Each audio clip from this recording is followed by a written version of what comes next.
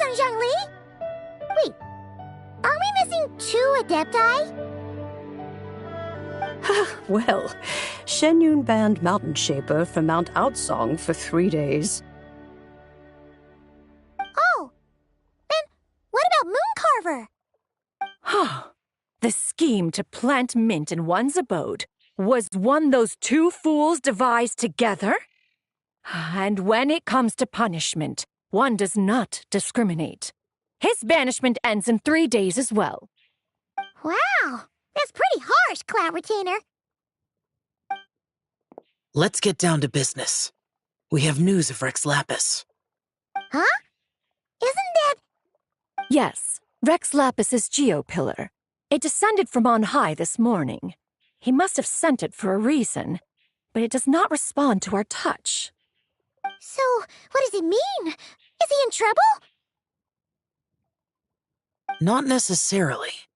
It could be a message only a specific person is meant to receive. Traveler, you alone spoke to Rex Lapis before he left. Oh, so it must be for the Traveler. Give it a try.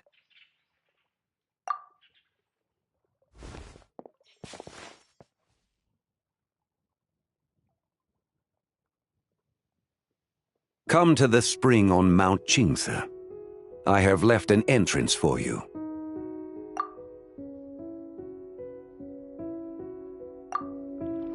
Well? Just as one surmised, it seems that Rex Lapis will not countenance our involvement in this matter. That would not surprise me in the slightest. He's always had a soft spot for the Traveler, after all. But be that as it may, we have served Rex Lapis for millennia now. In other words, I'm sure this has nothing to do with favoritism. He's probably just trying to protect us. That's right. So you mustn't let your guard down, even if Rex Lapis is by your side. Alright, let's get going. We'll try not to keep you all waiting.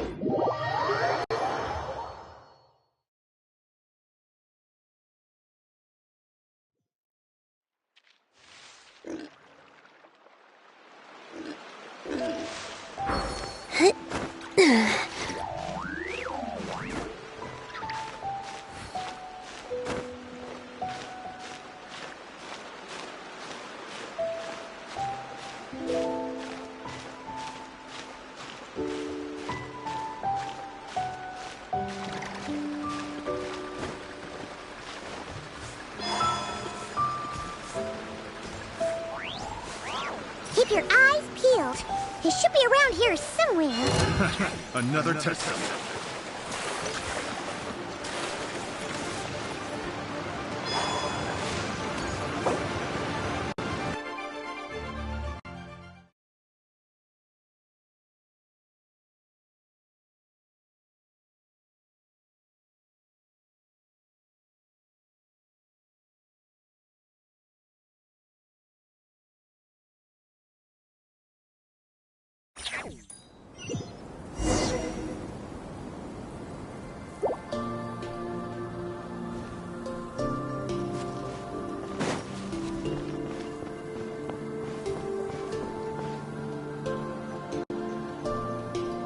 Who could have imagined that the once mighty Geo Archon might end up so, sitting on a humble stool in the woods, quietly weaving moon lanterns? You really do look like an old man now. This is a Shao lantern, not a moon lantern. In ages past, when the gods waged war and the world was in turmoil, these lanterns were lit to guide fallen warriors back to their homes. Had you tarried in the mortal realm for but a little while longer, you might have become quite accustomed to them.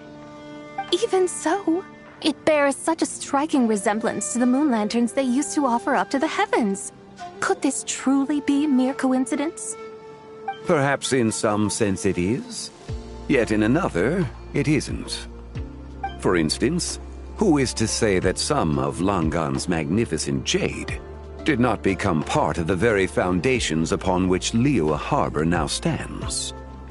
It is conceivable that this ritual was transmitted in such a manner too. Now, let's not let ourselves get carried away. For all its splendor, do not forget that, in the end, even Langan could not escape its heaven-sent fate. Alas, it is just a pity that the little creatures of this world may never again lift their eyes to the moon, even should misfortune befall them. But you, Geolord, now that you rule this realm, why take the trouble, not to mention the risk, to visit one who bears such profound guilt as I? Are you not afraid that you might be sullied by the curse of time that was laid upon me? There is no risk to speak of. At least, not in comparison to that which you took when you defied the heavens all that time ago. As I have stated, time and again, it was not I who defied the heavens. Geolord, the ancient affairs of Langan have nothing to do with me, for I am but one of her deadly selves, severed before her demise. My name is not Zebai, but Zichao. Surely you did not take us for one and the same, solely on the basis that we may all assume the form of white horses? Sorry to break it to you, but you seem to have found yourself the wrong white horse. Anyway, do tell me, what urgent matter brings you here? Very well, then. I have come to ask for Zebai's shade. Oh?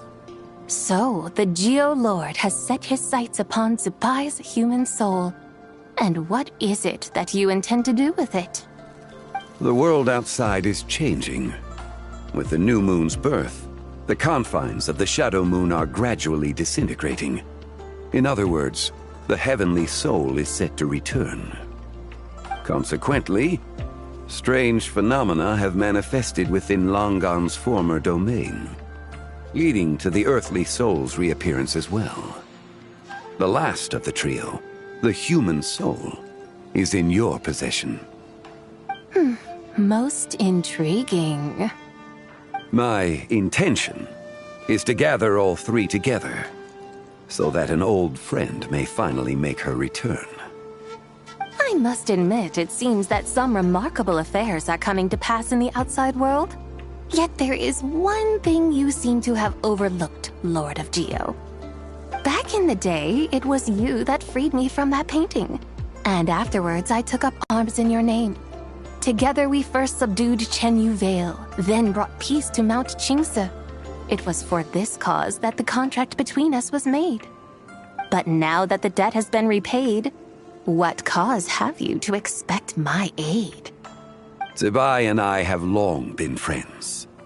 Given not only that you were manifested from a corrupt desire within her divine form, but that you also possess a fragment of her soul, how can you purport to be the wrong white horse?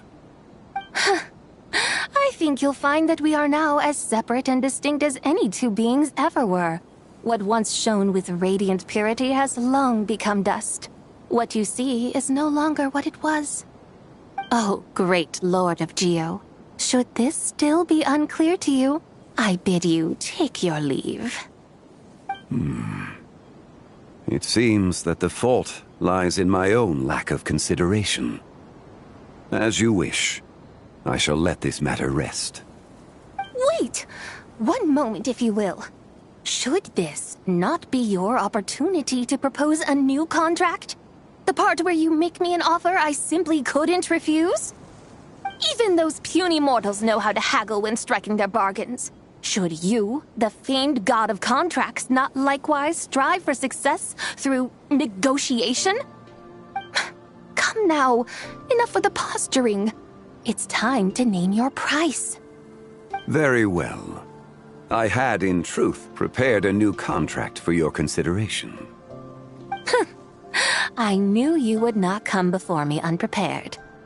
Yet, you should know that I want for nothing, for I live in the mountains, carefree and untroubled.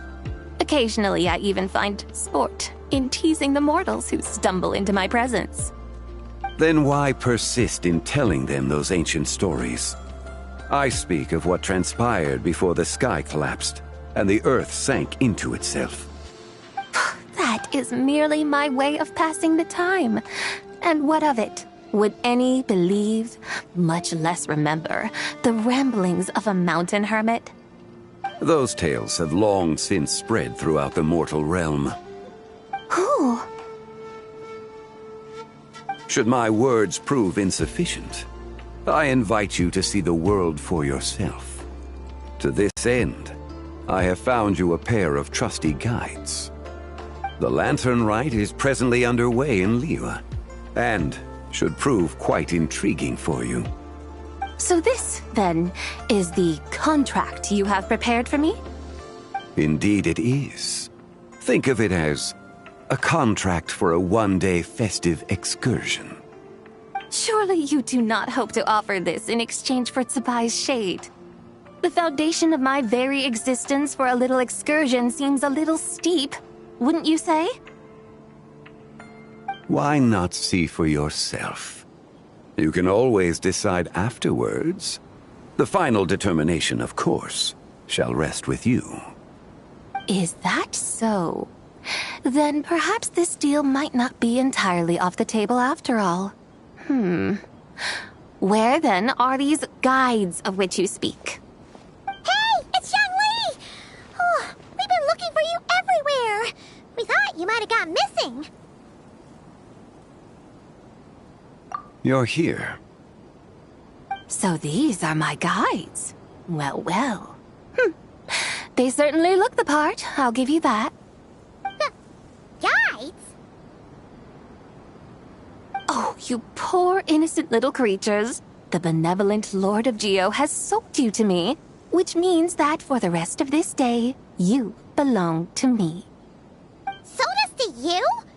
Just what have you gotten us into, Zhongli? The situation is not quite as dire as that would sound. I ask only that you accompany my Adeptus friend on a tour of Liyue. I would suspect that depends on how well you entertain me. Entertain you? Let us start with this Liyue harbor of which I have heard so much. Nowhere is quite so fascinating as a place teeming with little mortals. How come this Adeptus sounds so different from what Paimon imagined? Okay, we'll take care of it. Get ready to find out why they call Paimon the best travel guide in all of Tibet.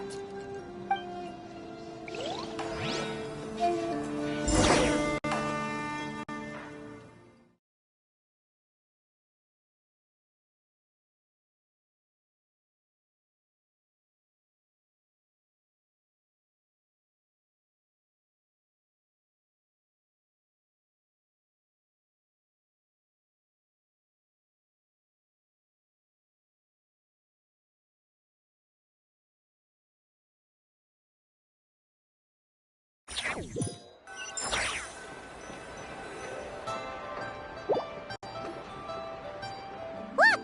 We've arrived at Liyue Harbor! Not only is it Tibet's busiest port, it's also the beating heart of Liyue. So, dear Madam Adeptus, where would you like to go first? With humble fare and wine to sip, in comfort clothed and soul at ease, one eats, and all the heart's ills cease. So we're heading straight for the good stuff? Well, you're in luck, because Paimon's an expert when it comes to food. There are two main cooking styles in Liyue. Li cuisine, which is all about mountain delicacies, and Yue cuisine, which is centered on seafood. The most famous restaurants are Liyue Pavilion and Shinyue Kiosk. Oh, now Paimon's starting to drool. Yes, our only option is to go try them both. 2 meals, back to back. Both sound like excellent options to me. Are these the kind of establishments that most people might visit on a regular basis? Exactly. Both Li cuisine and Yue cuisine are known for their pricey ingredients. Definitely not what you'd call the budget options. But don't you worry about that. Just think of it as Zhang Li's little treat. Come on, aren't you supposed to be pals with Hu Tao? I'm unsure we can afford to spend a little more of her mora at least. Hey, all Paimon wants is to provide our Adeptus with the best possible experience here. Don't you want that too? Both certainly sound like worthy choices. Just now, though, I happened to see a porter pass this way. Where might individuals like him go to eat? A hungry porter, huh? Oh! Paimon knows just the place! Yep. Nothing fancy schmancy there. Just tasty dishes made with simple ingredients in a variety of different styles. Most importantly, it's great value for money, too. No wonder everyone loves it, huh? Oh, and the owner happens to be a good friend of ours, too.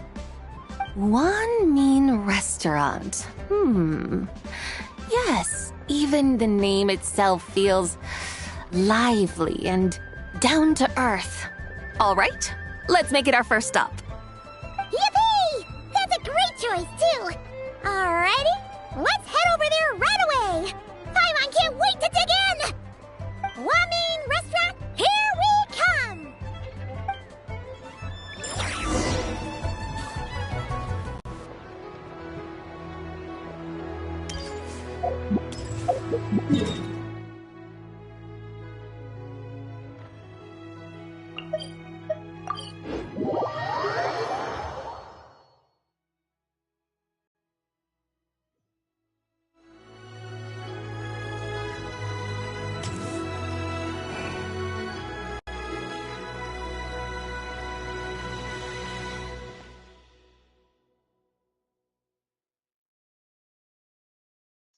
Shangling! Chef Mel!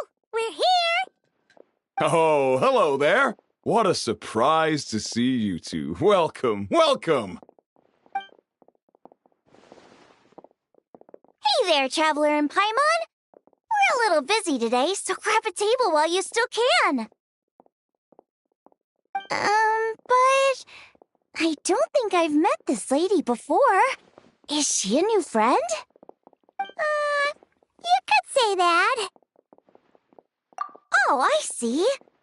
Well, hey there. A friend of the Traveler's a friend of mine, too. Don't worry, we'll take good care of you. Just order whatever you want, it's on the house. By the way, I'm Zhangling. I cook here at Wan Min Restaurant. What's your name?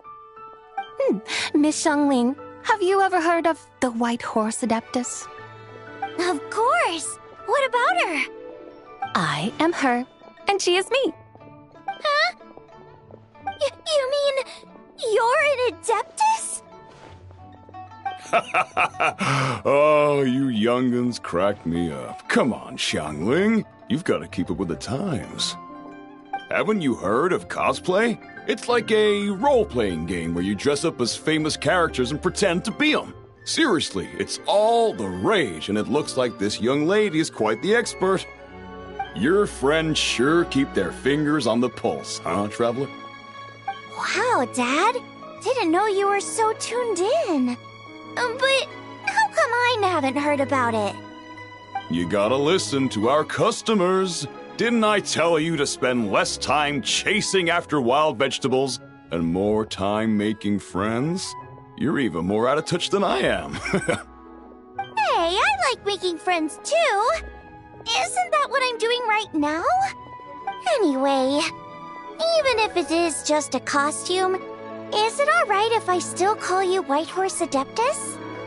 Of course it's all right, because that's exactly who I am. Okay. I can see you're really committed to the role. How about I call you the real White Horse Adeptus instead? In that case, you can call Paimon the real Traveler. You're right. You could have at least switched outfits. Puny mortals. Nevertheless, I suppose it might be amusing to indulge in your little charade for a while, at least. All right, go grab yourselves a table. I'll come take your order in a bit.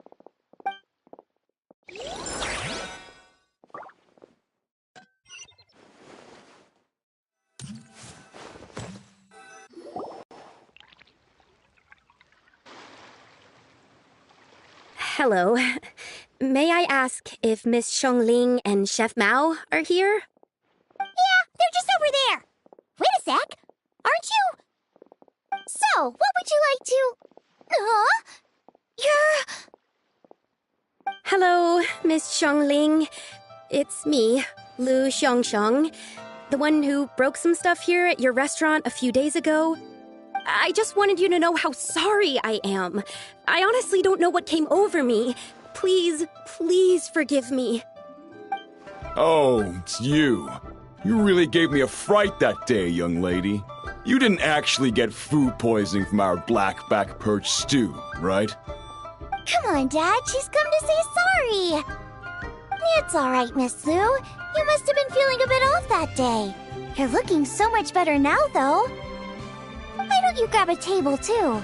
This one's on the house. No, I couldn't possibly. Hey, it's totally okay. We all feel under the weather sometimes, especially when we're away from home. Go on, find yourself a... yikes. Looks like all the tables are taken. Wanna come sit with us? We've got an extra seat over here. Thanks, guys. So what would you like to eat today? Feel free to order anything you like.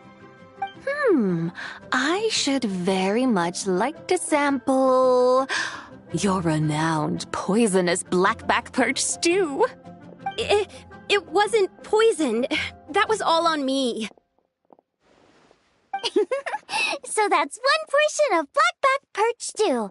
How about you guys? Paimon wants... Sure thing! Looks like Paimon's having trouble making up her mind. Anyway, I guarantee you'll love it. Let me think. Well, since the blackback perch stew is on the spicier side, I guess it makes sense to balance it out with a serving of stir-fried shrimp. And since it's Lanternlit season, you better try out the triple-layered consommé and come and get it too! Those are our seasonal specialties. As for the carbs, since we've got a full table, how about some right at home? Along with our special chili mince cornbread buns. Trust me, you won't be disappointed. Then for dessert, I'll whip you up some Lucky Snow Delight. I just came up with it a few days ago, and I can't wait for you to try it. Wow! Sounds like quite the feast! Looks like Paimon's in luck today! Am I the only one who thinks that's way too much? Not at all. Don't worry, I know what I'm doing. And to top it all off, our star dish, Adeptus Temptation. You should know that we don't often serve this here at Wanmin Restaurant. But since this is my first time cooking for the White Horse Adeptus, I'm pulling out all the stops. Okie dokie, just sit back and relax. I'll have your dishes out in no time. Hold on. Did I just hear Miss Xiongling mention the White Horse Adeptus? You did indeed. And you're looking right at her. That's a joke, by the way. She's cosplaying. Oh, I see. Phew, almost believed you there for a moment. Tell me, little one, what business might you have with the White Horse Adeptus? It's a long story. Basically, a while back, I took part in an archaeological dig over at the chasm. While we were there, we discovered a number of relics. Our findings show that they date back to the era of Long Gone, an ancient nation whose people are said to have been the ancestors of some of the modern-day inhabitants of Chenyu Vale. And why might such matters concern the White Horse Adeptus? Because some of those relics not only seem to contain textual references to her, but even depictions of what she looked like. There have long been legends claiming that the White Horse Adeptus was a deity of that era, but there are plenty of other theories out there too. If I could just locate some more detailed records, I'm sure we'd be able to find out so much more. So you're into history?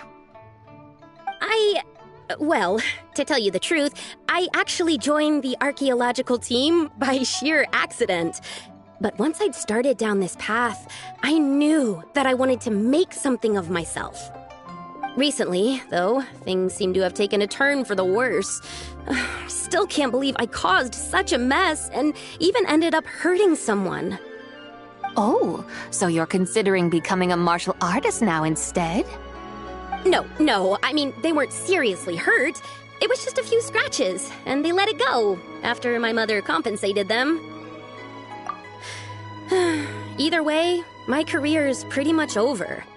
And even though both the victim and the Ministry of Civil Affairs say they won't be pursuing the matter any further, my father says he's going to punish me according to our family rules. Family rules? Yeah, he's decided to ground me. I'll have to return to Chaoying Village after Lanternlit, and goodness knows when I'll be allowed to leave again. Wow, that's harsh. Sounds like the kind of thing only rich, super traditional parents would do. We're not exactly rich, though. All we own are a few tea fields in Chaoying Village and a guest house in Liyue Harbor. A guest house? It isn't Baiju Guest House by any chance? Yep, he's my grandfather. So, you've heard of the guest house before? Small world, huh? Come to think of it, didn't Boss Lu mention something about hoping that the White Horse Adeptus would show up and let her divine power be known? Sure, but Paimon's guessing this wasn't exactly what he had in mind. Little one, it sounds to me that your family is rather well off after all. What then drew you to archaeology? Why subject yourself to such unnecessary hardships? Even if I stayed at home, there's no guarantee I'd lead a nice, easy life. Just look at my father. Recently, my grandfather put him in charge of the guest house, and he came up with a bunch of ideas right away, starting with changing its name. That didn't turn out well, though. My grandfather yelled at him for days, even calling him a bad son, and they still haven't let it go. Oh! Paimon thinks we might have heard about that too. Long story short, being dependent on others is never fun. You just end up being completely under their thumb. That's why I want to make it on my own out here, no matter how hard it is. After all, as the saying goes, to rise above others, one must endure the hardest of hardships. What's so funny about that? You poor, innocent little creatures never fail to amuse me. To think you would endure all manner of hardships in your brief time on this mortal plane, and all that merely to rise above others. I would have thought that the wiser path would be to simply roam this world as I do. Huh? Tell me, what is it that you truly delight in? Archaeology? Martial arts? Tea planting? Or perhaps the keeping of a guest house? What I delight in? Yes! Surely there must be something you don't find quite so exhausting. Whatever delights you should not feel like a burden. But do things like that really exist? Of course! Take Miss Xiangling, for instance. I defy you to detect even a hint of hardship on her face when she wields her walking spatula. So, since it seems you are resolved to tread the rocky path, you should strive with all your might to pursue that which brings you delight. You mean, like cosplay? I suppose you might say that. Looks like the White Horse Adeptus is really getting into her role. I think I get what you mean then. Maybe I should have a chat with Miss Xiangling before I head home. Okay, everyone. Sorry to keep you waiting. Here's your food. Wow. It all smells so good. Oh, finally! I get to try that famous poisonous stew. Hey! Didn't you hear what Shang said? It wasn't the stew. If anyone's to blame, it's that other you. What's up? How fiercely this mortal fare burns upon the tongue!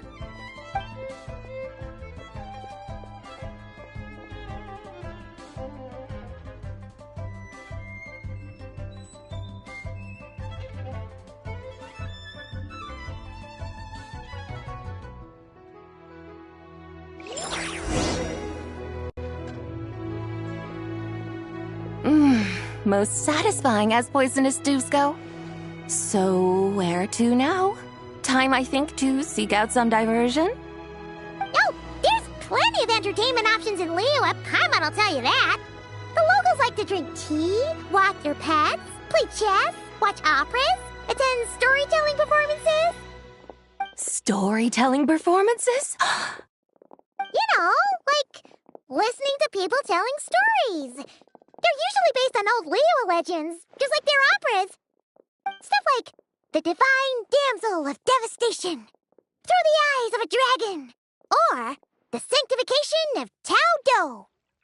What about the story of the bright moon that sits in the sky above us? Paimon doesn't think she's heard that one. Still, the moon does come up quite a lot. It's even in the name itself. The Yue in Liyue actually means moon. Since we're on the subject, you like telling stories yourself, right? Why don't we go check it out?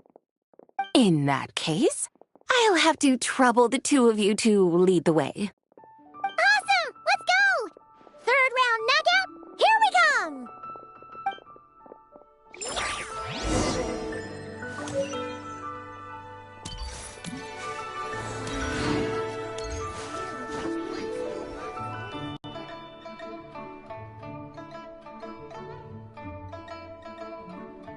What a tongue twister! I'd have made a complete fool of myself if I tried to say it on stage without practicing it first. Huh! Call yourself Iron Tongue, Tien. Wobbly Tongue, Tien, more like. I used to have that problem a lot. But if you just take your time to grasp the meaning and commit it to memory, you'll be able to say it smoothly in no time. You're right, Miss Yoon. I'll give it another try. Hey, Yunjin! Fancy seeing you here! What are you two talking about? Ah, Traveler and Paimon, we meet again. And who, may I ask, is this? You may call me the White Horse Adeptus. The White Horse Adeptus? She's not really an Adeptus. I see. Well, it certainly looks like a lot of fun. Oh, funny you mention it. This type of thing is actually something I'm quite familiar with. Once, to perform Through the Eyes of a Dragon, I decided to imagine that I was Rex Lapis himself. It was the only way to truly inhabit his mindset and understand his resolve to quell those demons. Sounds like you just wanted an excuse to feel all big and powerful. Hey, that's... You just don't understand how inspiration works. You're one to talk. Paimon's traveled all over with the Traveler, and she's seen things that would make your jaw drop. All right, then. Since you claim to be so knowledgeable, why don't you prove it by reciting an ancient poem? An ancient poem? Which one? Ha! See? You mean to tell me you've never even heard of the ancient poem called An Ancient Poem? What kind of a title is that? Quit teasing, Paimon. We only just found out about that ourselves.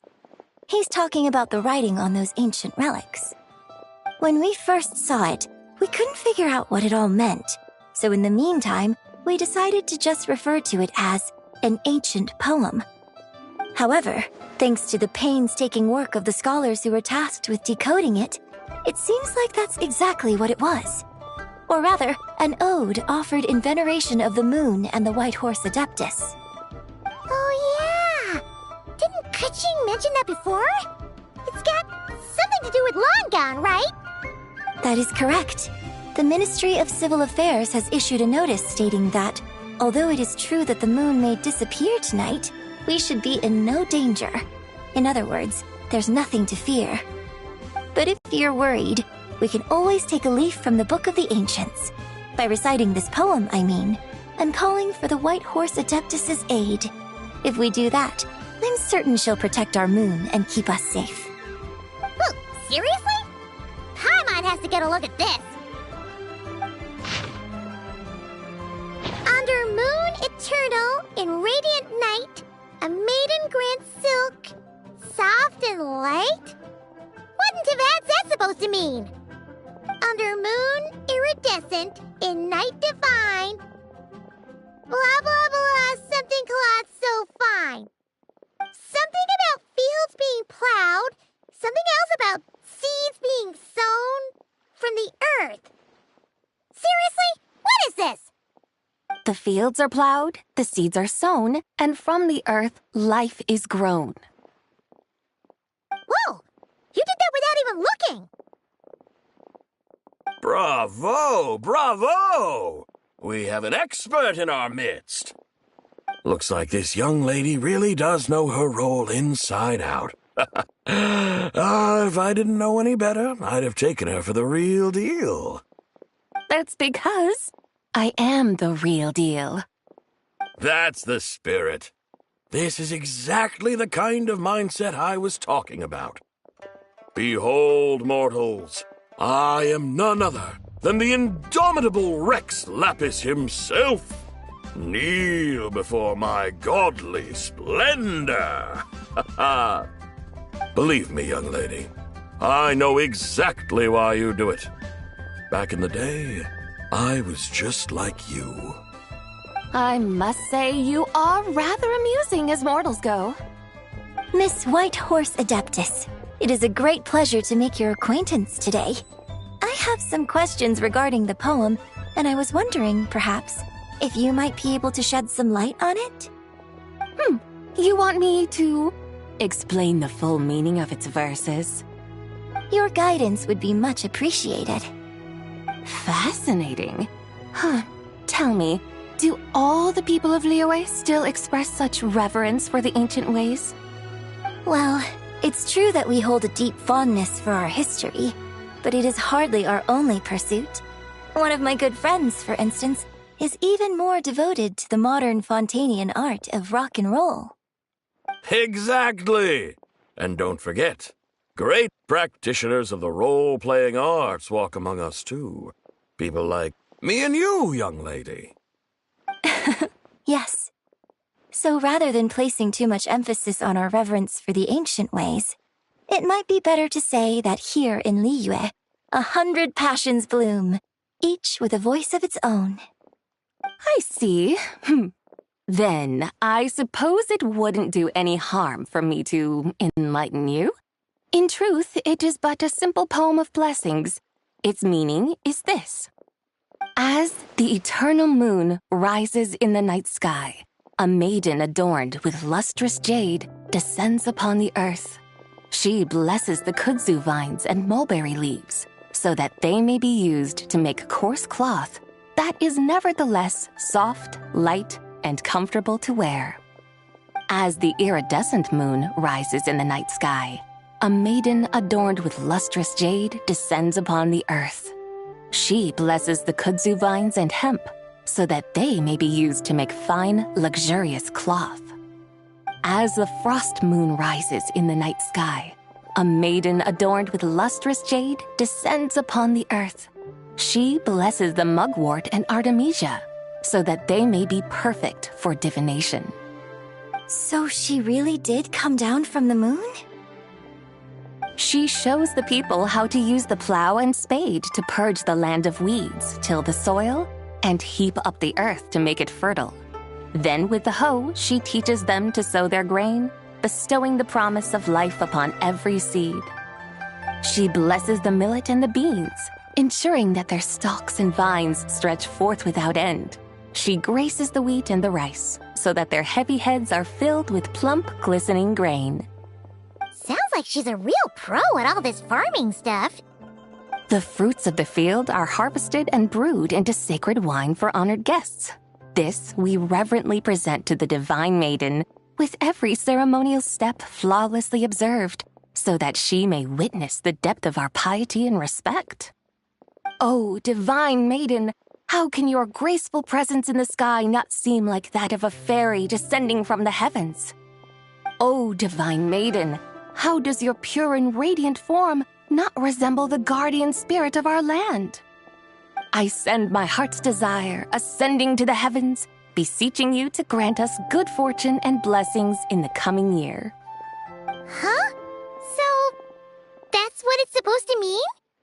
I find myself speechless, moved beyond the power of words to convey. Oh, young lady, you have shown me the heights to which a true role player might aspire. A truly remarkable performance. I did not anticipate that anyone could unravel this poem with such depth and clarity, and so soon after the Ministry of Civil Affairs noticed, too. I'd even begun to consider myself somewhat versed in the matter, but as they say, there's always someone more knowledgeable out there. Allow me to extend my thanks to you, Miss Whitehorse Adeptus. You are far too humble, young one. I must confess, it is I who have been surprised, not only by you, but also by this Liyue harbor of the present day. Ah, so you're not from Liyue. And what, may I ask, has surprised you about it? Oh, it's nothing really. Just some old memories scattered here and there. Very well, my guides. I suppose it is time we set forth on the next part of our excursion. I'd like to go see that wharf now. What say the two of you? No problem! We'll take you wherever you want. Oh, leaving so soon? Before you go, allow me to introduce myself. I am Yunjin, director of the Yunhan Opera Troupe. May I ask your name in return?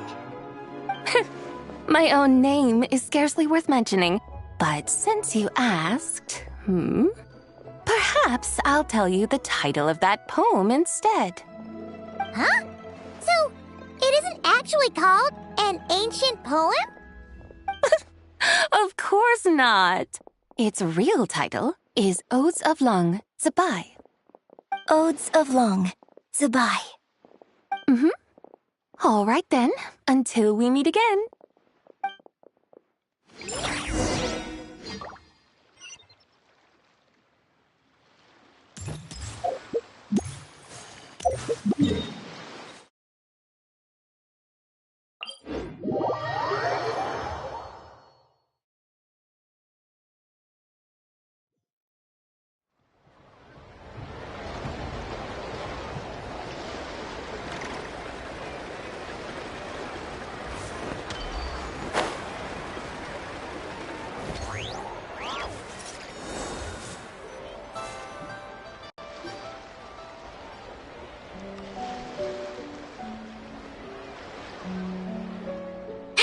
I almost forgot to mention.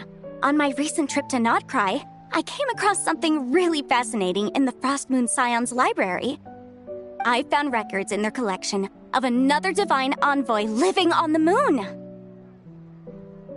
A divine envoy on the moon?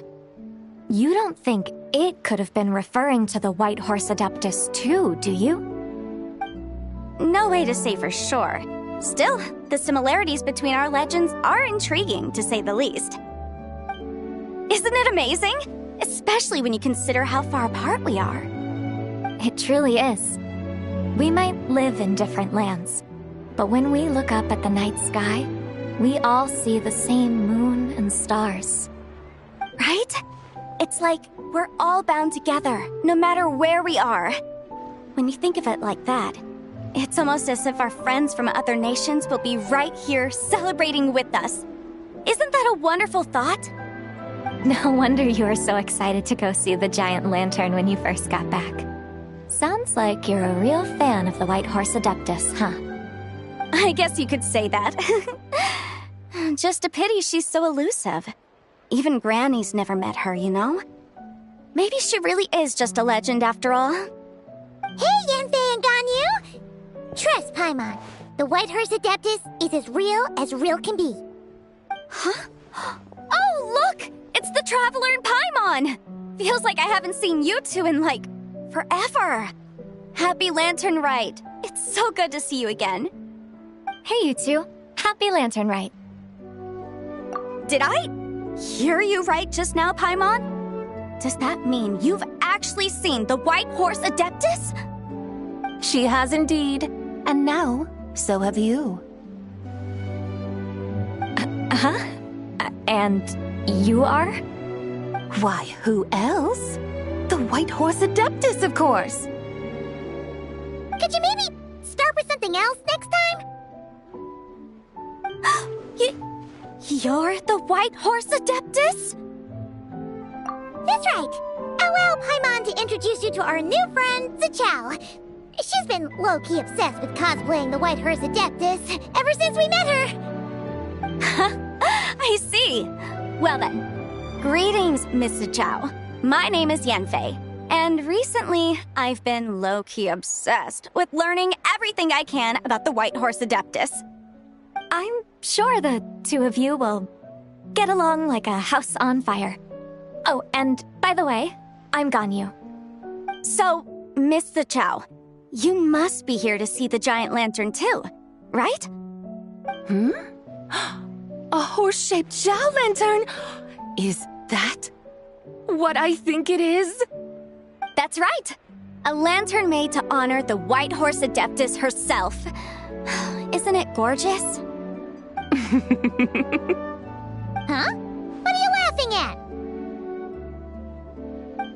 Both the lantern and myself. What do you mean? Oh, this lantern truly is an artistic masterpiece. But tell me this. Have any of you ever seen a horse before? Come to think of it, Paimon can't remember ever actually seeing one herself. What about you, Traveler? Oh, this horse appears to be mid-trot, but it has adopted what is called a lateral gait, where the legs on one side of the body move together in unison. A rather rare sight indeed. Just now, I suddenly pictured myself, I mean, the White Horse Adeptus running the same way. The image was so absurd, I could barely contain my mirth. Oh, really? I never knew that. You learn something every day, huh? Oh, come on! It's basically a giant piece of fan art! Who cares if it's different than the original? I was merely laughing at my own ignorance. I came here thinking that the White Horse Adeptus's tale had been long forgotten. Yet here I am, gazing upon a lantern made in her honor. Well, you couldn't have been more mistaken. There are so many tales about the White Horse Adeptus, I'm starting to lose count. Just off the top of my head... Just so you know, Yanfei, we've heard it all like a million times before. Aha! But there's one thing I can guarantee that you haven't. Huh? You mean like a new chapter of her stories come to light? Mm-hmm. And I heard it from Ganyu just yesterday. Hey, why don't you share it with the others? Sure, no problem. Where to begin? Do you guys still remember what Liyue's Moon Chase Festival is about? Of course! It's a festival held in honor of the Stove God. That's right. But it took a really long time for the Stove God Festival to become what it is today. In its earliest form, it was actually an adeptal ritual known as the Moon Chase Rite. Paimon remembers Madame Ping mentioning that before, but she never explained exactly what it was. According to Cloud Retainer, the Moon Chase Rite was originally a ritual meant for communicating with the moon. Communicating with the moon? But for what purpose?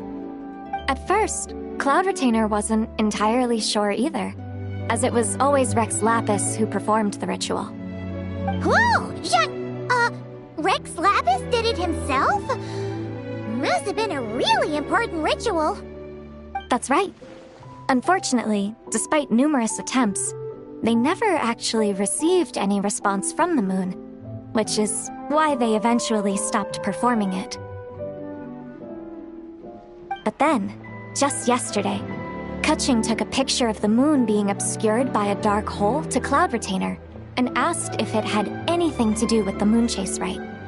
The moment Cloud Retainer saw it, it suddenly dawned on her that the rite might have been an attempt to reach the White Horse Adeptus all along. Does that mean Zhongli's been trying to bring back the White Horse Adeptus all this time? So how about that? Bet you never thought there might even be a link between the White Horse Adeptus and the Moon Chase Festival. If Kutching hadn't taken that picture to Cloud Retainer, we would never have known any of this. This is probably what Kutching was referring to that day when she mentioned there were some ideas she wanted to follow up on. So, Geo Archon. All this time, you've been striving to awaken her. Huh? What do you mean, awaken? Nothing. What I truly meant to say was, this new insight you've provided has been truly eye-opening. Oh, by the way, my trusty guides, I've been meaning to ask, where in Liyue Harbor might one enjoy an expansive scenic view? Huh? We're off to the next stop already? But Paimon's barely done digesting that lore bomb just now. All the more reason to find the right spot to let it sink in.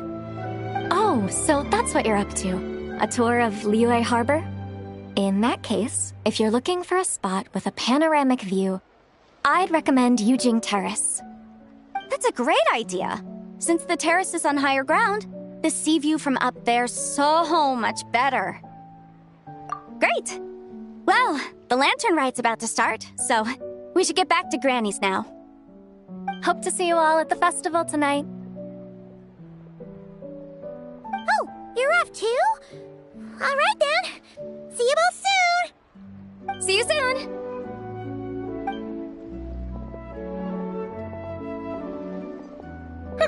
Very well, my guides.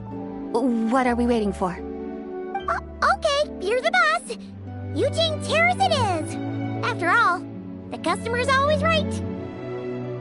Something else you needed to do? Oh, Paimon likes that idea. And what, may I ask, is a photo? It's this awesome invention that lets you record moments in the blink of an eye. Except, you've gotta try not to actually blink. Oh? What must I do in preparation, then? Nothing. All you gotta do is choose a pose. The Traveler will handle everything else.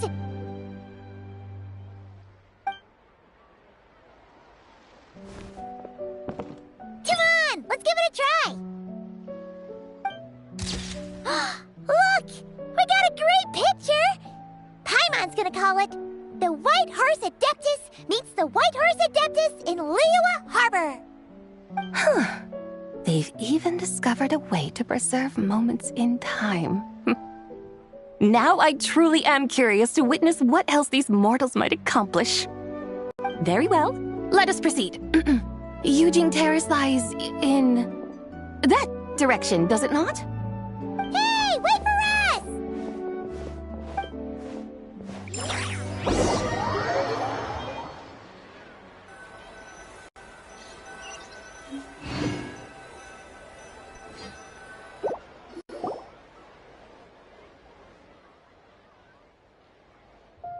Truly a marvelous view if ever there was one.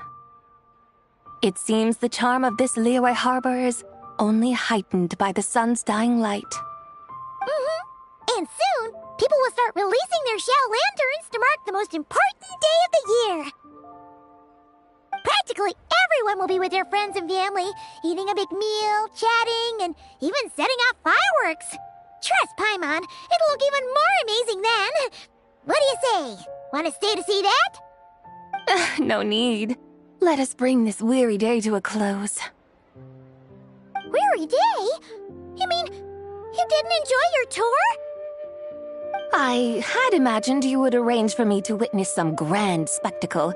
Perhaps the descent of divine beings, the manifestation of the sacred before mortal eyes, or the appearance of a selfless hero come to aid the helpless and downtrodden. Or, should that not come to pass, then at the very least spend a little more coin. For that, it seems, is how one finds true enjoyment. Alas, but there was none of these. Instead, we merely filled our bellies, listened to tales, and gazed upon a crude imitation of my likeness. And now the sun begins its descent. What a day of quiet tedium. Well, we're so sorry. If we'd known that was what you wanted, we'd have done it all differently. It's all that Zhang Li's fault for not making the customer's requirements clear. Well, it's too late now. Do you still believe I would part with that soul fragment, now so intertwined with my very being? But... I knew you were the more astute of the pair. Huh? You were just trying to scare Paimon? It seems the realm of the Geo-Archon has a way of making one more stony-faced. So, you were just pulling Paimon's leg? Of course. I was merely engaging in a little banter with the two of you. Long ago, I shared tales with various mortals who chanced upon my mountain abode. Never did I imagine that those stories would endure. It seems I greatly underestimated them. Perhaps, as your Geolord said, a few pieces of ancient Langan's magnificent jade have truly become part of the very foundation of this land. So, you've decided to help us? Again, that goes without saying. I made up my mind some time ago now. When I beheld a rather intriguing scene as I set foot in this city, I saw porters passing through the alleys, setting down heavy wooden crates from their weary shoulders, peddlers pushing carts as the kites and lanterns upon them rustled gently in the breeze. I saw cooks cooking, actors acting, scholars reading, soldiers marching, children playing, elders resting, officials officiating, and the common folk absorbed in this or that, reveling in the simple joys of life. Some, it seems, have already found that which stirs their hearts, while others continue to fret, troubled by uncertain futures. Yet, in this gentle and serene order, each holds fast to their anticipation, not only for the celebrations to come, but also for the first light of the morrow. Scenes I once yearned to behold now unfold before me, no longer in Langan, but in Liyue Harbor, thousands of years on. How wondrous is this mortal realm! Thank you, Whitehurst Adeptus! Thank you so much! Adeptus, Act.III, perhaps the singular art in which we are truly proficient is that of sequestering ourselves within the high mountains. But once we leave our mountain refuge, we find ourselves drawn back to mortal ways all the same. So, it is I who should offer my thanks to the two of you.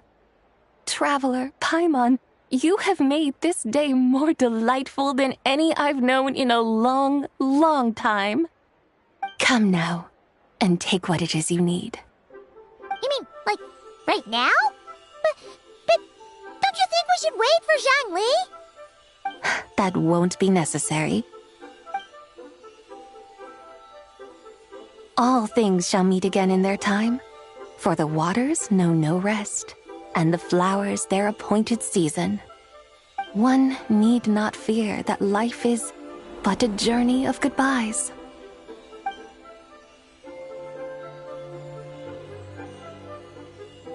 Is she gone?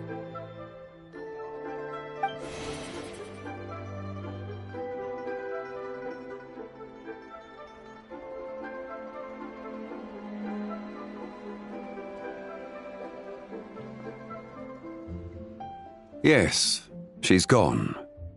A deadly self is formed from the body's impure vapors, so naturally it cannot survive long in this world.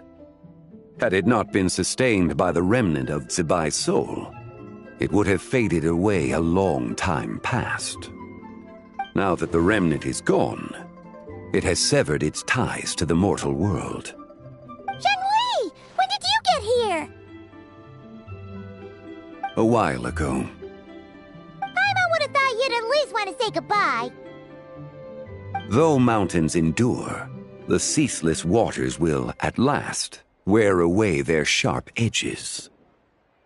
Thus must I meet the marks wrought upon her by the ruler of time with great caution. It may be goodbye for now, but someday we will meet again. Really? And when might that be? Who can say for sure? Years and years from now, perhaps. Or maybe tonight, at the Lanternlit. Are you saying that if the White Horse Adeptus were to be resurrected, she'd still have the memories of the 3 deadly selves? That she'd still remember us? We will find out soon enough.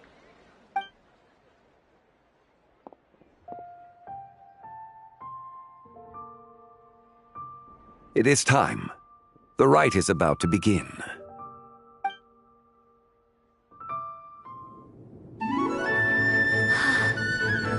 The rite is about to begin. Is the moon really gonna disappear? Got your lanterns ready, everyone? All set. Might be about time to put eyes to the sky. Wouldn't you say, Tianquan? Look!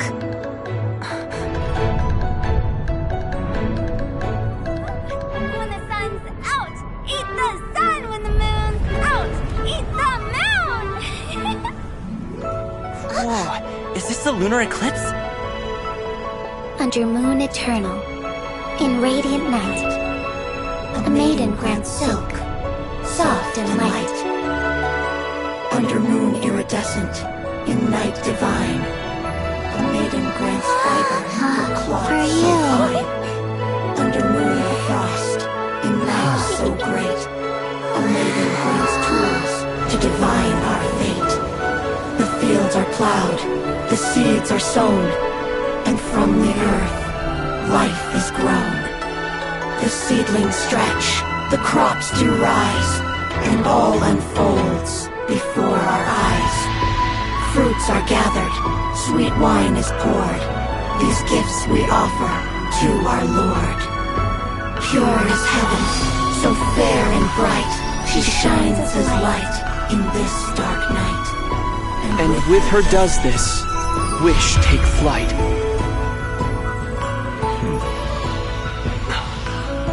Devoted soul, scattered and unbound. Let this lantern guide you home. By its light be found.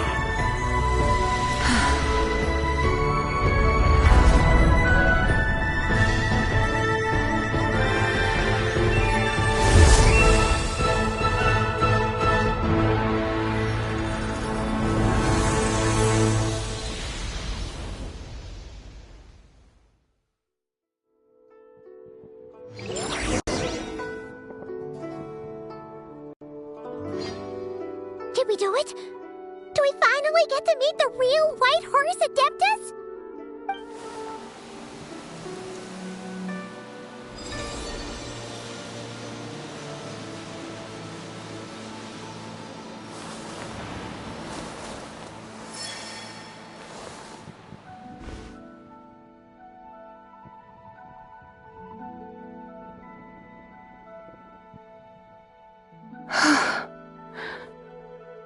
This place.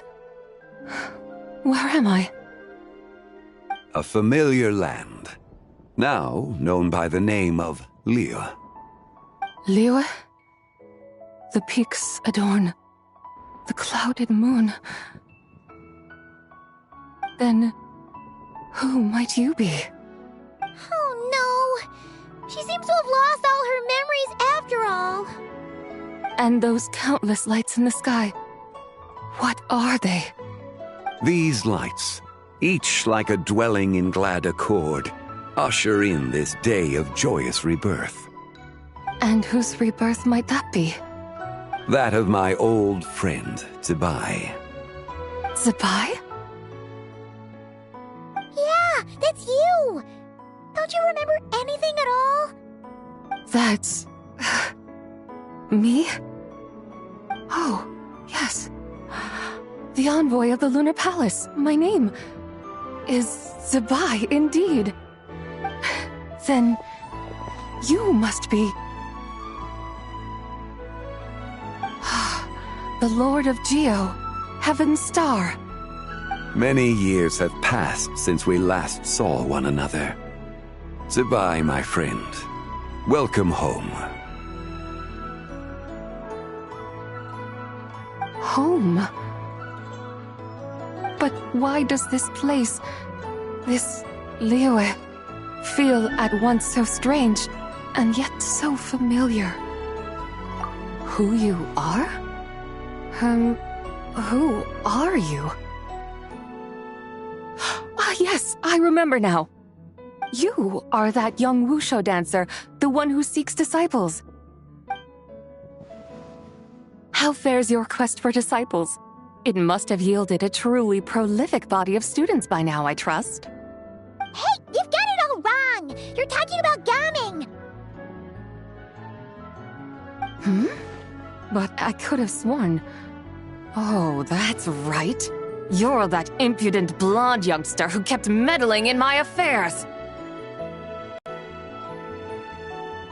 And to think you even had the audacity to presume yourselves worthy of being... What was it again? Ah, yes, of being my guides. How very wonderful to see you again, my most faithful and beloved guides. I trust all has been well in my absence? Well, she finally got it right. But that sudden mood swing felt even weirder. It's like her head's packed full of slimes. It is possible that her cells have not yet settled. After all, they've only just been brought back together. It may be some time before she fully recovers. Huh? You mean, kinda like she's still half asleep? That I cannot say for certain. Perhaps a few days. Perhaps a few years. A few years? Mortal years are but a poor measure when divine beings tread the realm of dreams. Well, if you say so.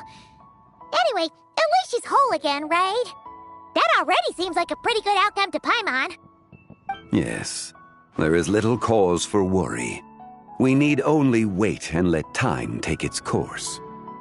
Say, what are those little creatures over there up to? Celebrating Lanternlit, of course. And those lights up in the sky? Those are all Shao lanterns. This year, each and every one of them carries a little wish inside. Lanternlit. Then, may I join in too? Of course! Why else do you think we've been running around like headless chickens these past few days? Tell you what, Traveler, why don't we take the White Horse Adeptus out to celebrate? Who knows? Maybe seeing some familiar faces might help her find her feet? Hey, Zhangli! You've got some time on your hands now, right? Why don't you come along with us? By no means a bad idea, Paimon. Oh, and Zibai, before Paimon forgets, when we meet the others later, remember to wish them a happy Lanternlit! Happy... Lanternlit? Happy Lanternlit! Yes, happy Lanternlit indeed. Well then, let's go!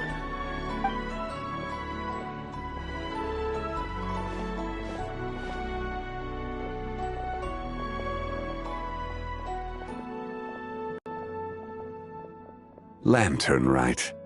A night of joy, reunion, and moonlit blessings for all.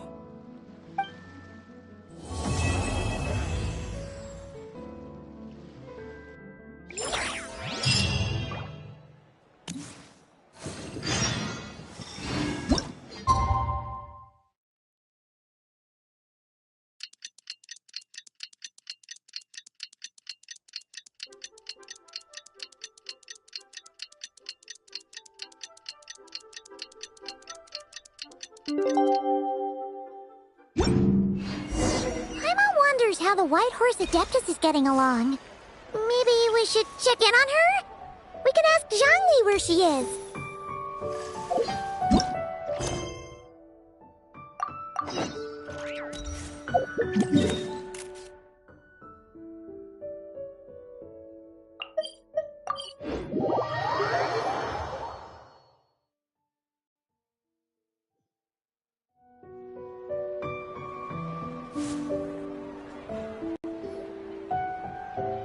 Oh, looks like Zhangli hasn't stopped by for tea today. Hey, are you two looking for your friend? Try going up that way. Is Zhangli up that way? No, but that young lady who was dressed up as the White Horse Adeptus the other day is. She's your friend, right? I just saw her head toward Wanmin Restaurant. I was wondering why she was eating alone. But then you two showed up hot on her heels. Oh, what luck! We were just on our way to find her. But what's she doing at Wanmin Restaurant? I have no idea. I said hello, but she completely ignored me. She couldn't have forgotten who I am, right? I mean, we're kindred spirits, aren't we? Maybe she's still half asleep, but her brain might be a little fuzzy. Oh, that makes sense. I was wondering why her eyes were so red. Her eyes were red? Oh, that doesn't sound good. You young people, staying up all night because you think you're invincible. Look at your friend, missing out on sleep so she can pretend to be the White Horse Adeptus. That's where that leaves you, you know. A word to your friend from someone who's older and wiser. She really needs some rest. Paimon wouldn't be so certain about the older and wiser part. Yeah, what was that? Hurry along, then. Oh, and don't forget to come back and check out my Rex Lapis cosplay when you're done.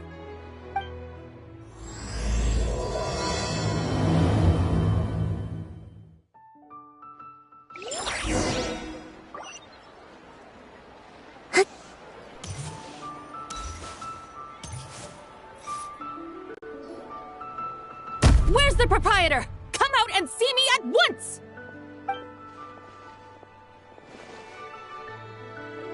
Xiangling and Chef Mao aren't here right now. What can I help you with? And who might you be? My name is Shenhe. I work here at Wanmin Restaurant. Shenhe. Are you that crane adeptus who loves planting mint? It's been a few days. Have you improved your gardening skills? Did you manage to cover the slopes with mint? Mint? I don't know anything about mint. But I am familiar with Qingshen and glaze lilies.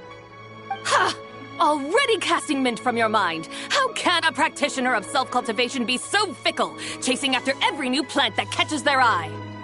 I'm not sure I get what you mean. Are you delirious from hunger? Would you like something to eat? Shenhe! White Horse Zabai! So this is where everyone is! Traveler, Paimon. It's been a long time. Happy Lanternlit. Is this customer a friend of yours? Don't mind her, Shenhe. She's just a little cranky because, she didn't sleep well last night and she's only just woken up. Look how red her eyes are. I see. In that case, Miss Zabai, I have a tonic here infused with Qingshen. It's cool and soothing when applied to the eyes. Would you like to try a few drops? Stop right there! Who are you two noisy children? Hey! Have you forgotten about us already? Guides. Yes, I seem to recall something about some guides. Ah, yes, now I remember.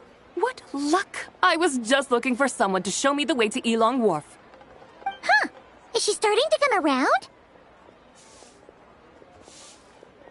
Someone requested my help in purchasing some tea leaves. I was informed they have discounted prices during the festival and that I shall get a good deal there. Tea leaves? This sounds like Zhongli's doing. He sure knows how to get people running errands for him. Your friend Rex Zhongli initially requested the most expensive tea, but then a young lady in a hexagram hat mentioned he'd burned through the Wangsheng funeral parlor's yearly expenses at an exhibition a few days ago. As such, he is only permitted to buy items that are discounted this month. Oh, that's his boss, Hu Tao. It's about time she realized the problem and put a stop to his spending sprees. Oh, I see. So that's why you're here.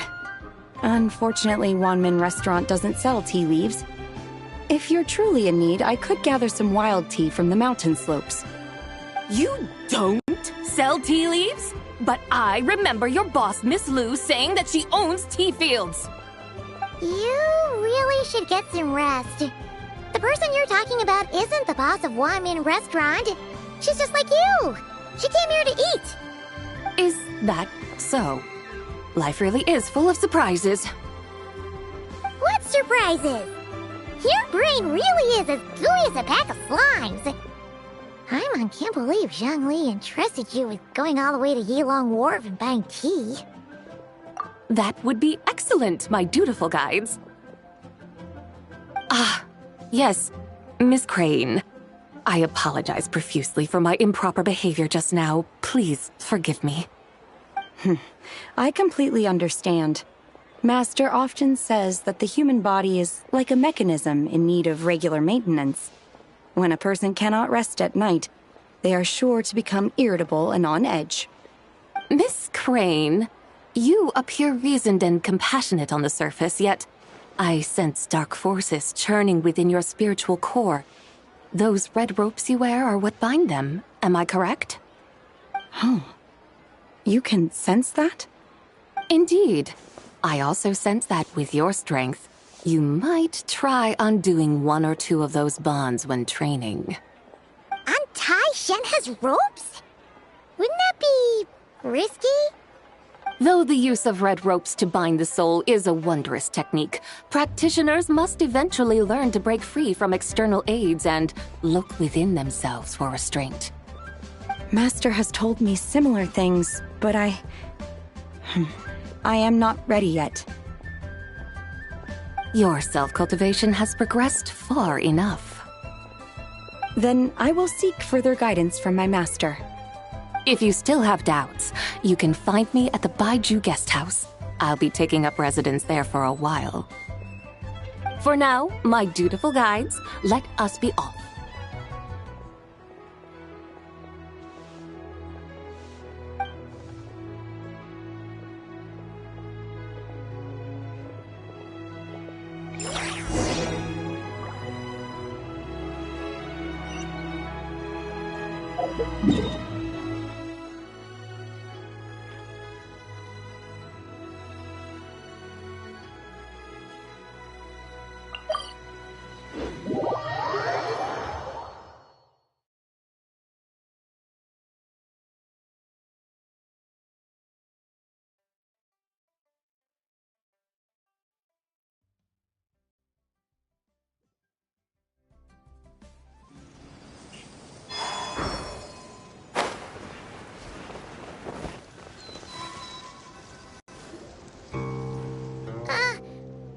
Yilong Wharf? How do we end up on this mountain? Is that small town over there not Yilong Wharf? I sense a familiar scent wafting through the air. You're right! Except for the smell part. Paimon doesn't smell anything. That is because this scent is the essence of jade, which can nourish the spirit. Oh, yeah! Shenyu Vale does have a lot of jade, but Paimon didn't think jade smelled like, anything. Naturally. This has reminded me of something. And what's that? A few simple tricks for mastering one's power.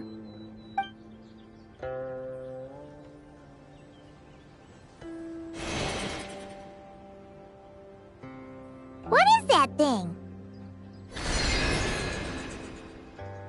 I'm sure you've been to Elong Wharf many times before, but I wonder if you've done so while cruising through the air. You've been such dutiful, dedicated guides, so allow me to offer this fresh experience as recompense. Please step in.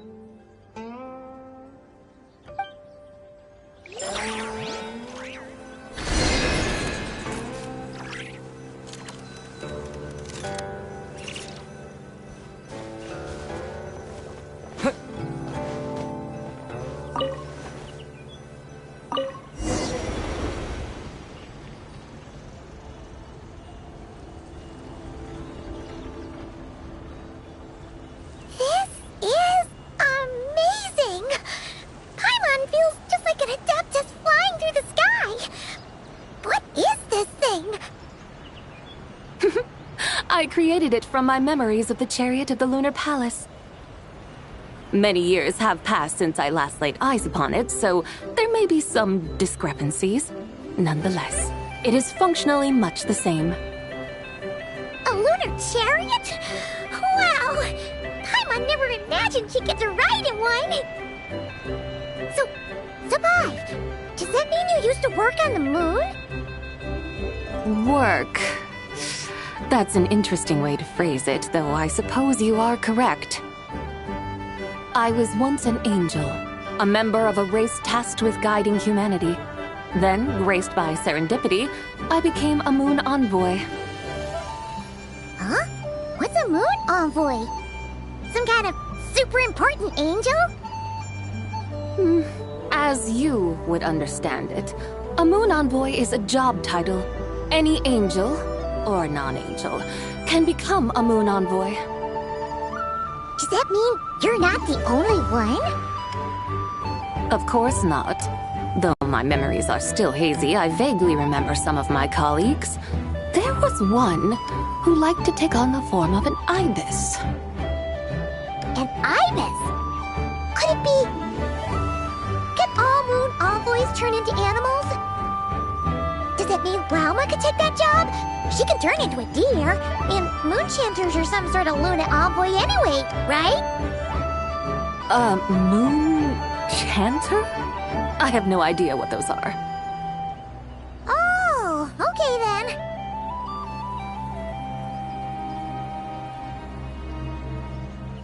Look! Paimon thinks she saw a tea vendor over there! Very well. Let's take a look.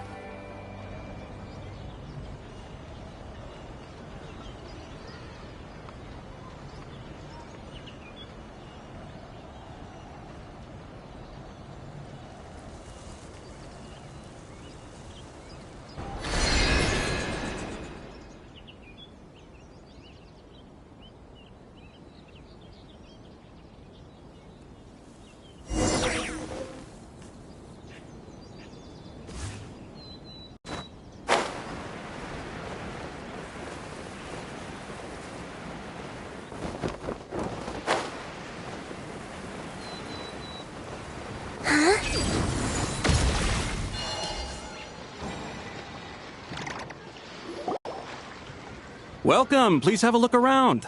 We only sell teas of the finest quality sourced directly from Chaoyang Village. Right now we're offering a special discount for Lanternlit. Look over there! Discounted tea!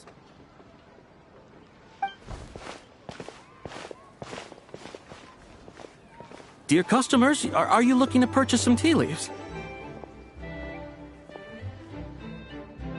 I can see from your bearing that you are no ordinary customers. My humble shop has some exquisite teas that should satisfy your more refined tastes.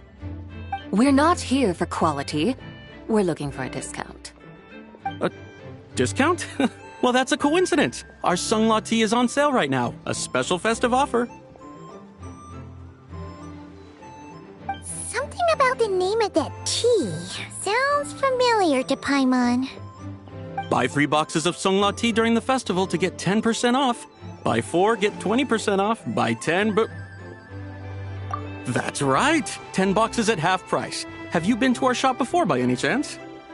Oh, Paimon's definitely heard this spiel before. 3, 4, 10, 10, 20, 50. Zabai, what are you muttering about? When purchasing 3, 4, or 10 boxes, the corresponding discounts are 10, 20, and 50%. The intervals between the two sets of numbers are 1 and 6, and 10 and 30. Look! Her eyes turned blue! That's gotta be a first! If the differences between intervals remain equal, the interval after 6 should be 6 plus the difference between 6 and 1, which is 11. Similarly, after 30, the next interval should be 50. Therefore, extrapolating upward, the next two numbers in each set should be 21 and 100. You're making Paimon's head spin! Those numbers, what do they mean? They mean that if we buy 21 boxes of Songlot tea, we should get a 100% discount! 100% discount? You mean we'll get them for free? Oh, there was a pattern to the discounts. Is that right? The pattern we speak of is mathematics, little one. A pattern that is always right. That's amazing! You're a shopping genius, Zabai. Oh, wait. Something feels off here. I had no idea our shop's discounts were tied to the laws of nature. I've learned so much from you, dear customer. No need to thank me. Now, please give us our 21 boxes of free tea. Wait! What's the matter? Paimon just realized what it is that's not right. It took you long enough. We got the short end of the stick! Think about it. If we don't have to pay when buying 21 boxes, then if we buy even more, the vendor should be paying us money instead, right? Huh? Hey, Zabai, work this one out. If we buy 100 boxes, we'd make loads of money, wouldn't we? It stands to reason. Wait a moment, dear customers. Don't you think you're haggling a little too hard? You are the one dictating the discounts. We're simply extrapolating the numerical patterns within. As such, we are hardly haggling. You have a point. However, that's right. I'm so sorry. I just remembered. My supplier didn't come today, so we don't have any tea after all. Such a shame. Terribly sorry about this. Awful luck. Where can we find your supplier? Well... Not to fret. We'll save you the effort and go straight to the source ourselves. Well, you see, dear client, the supplier's discount isn't as generous as ours. You won't be able to get the same price from them. Huh? Does that mean they won't pay us for taking their tea? They might not even offer you a 100% discount. How very unfortunate. Nevertheless, as the original supplier, they must offer some sort of discount. Besides, we're not looking to make money. We just want a good deal. Well, that's great. My suppliers are all tea farmers from Chaoying Village. You can go ask around the village, but please don't say I sent you. Do not worry, we appreciate your generosity. Referring customers to your business partners, even choosing to remain anonymous, the demeanor of a true gentleman indeed. Your business will surely prosper. I hope you're right.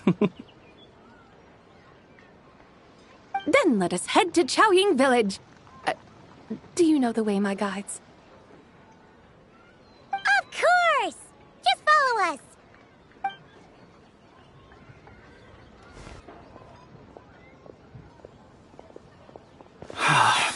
What otherworldly beings were those? Thank the heavens I managed to send them on their way. I should hurry home and pray to the White Horse Adeptus. May she bless me such that I never encounter such customers again.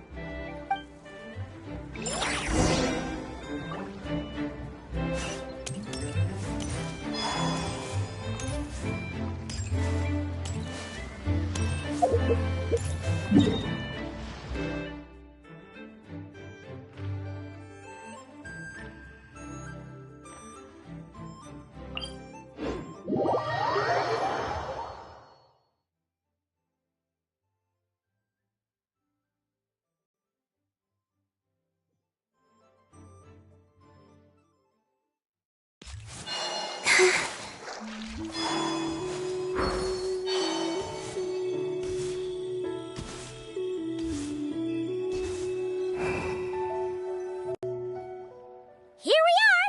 Xiaoyang Village! The mountains and waters are pristine. They embody the beauty of heaven and earth. It's a good-looking place, all right. But it's hard to enjoy the scenery when Paimon can't stop thinking about all that tea-buying Mora we're missing out on. Should fate dictate, Mora will find its way to you sooner or later. Well, Morak certainly finds us often enough. He even sought us out in person this Lanternlit. For now, let's look around and see if any tea farmers are selling their crop. We'll be able to see more clearly from up high. Let's take to the sky and enjoy the beautiful scenery while we're at it.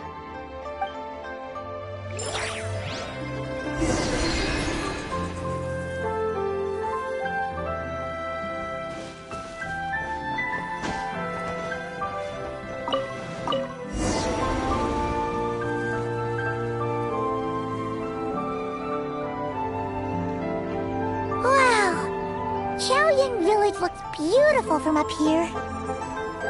Indeed, the houses here are quite different from those in Liyue Harbor.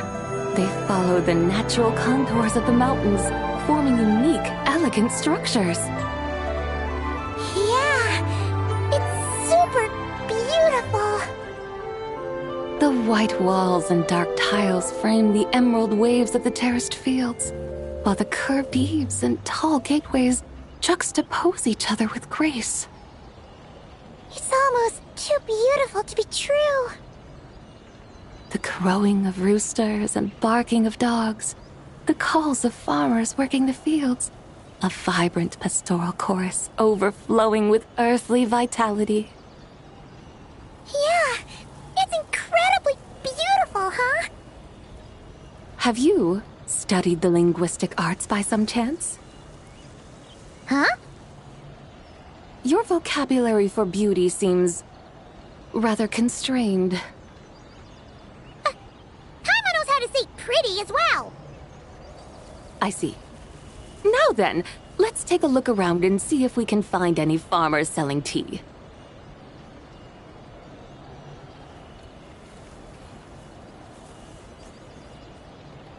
Look!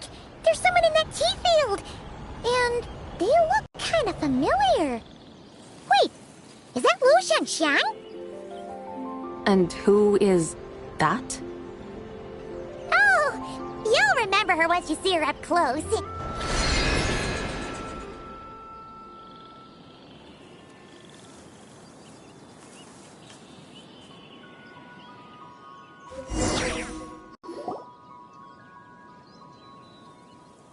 Hey there, Lu Xiangxiang!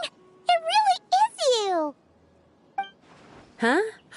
Paimon, Traveler, and the White Horse Adeptus. Fancy seeing you here. The White Horse Adeptus has a name now. You can call her Zabai.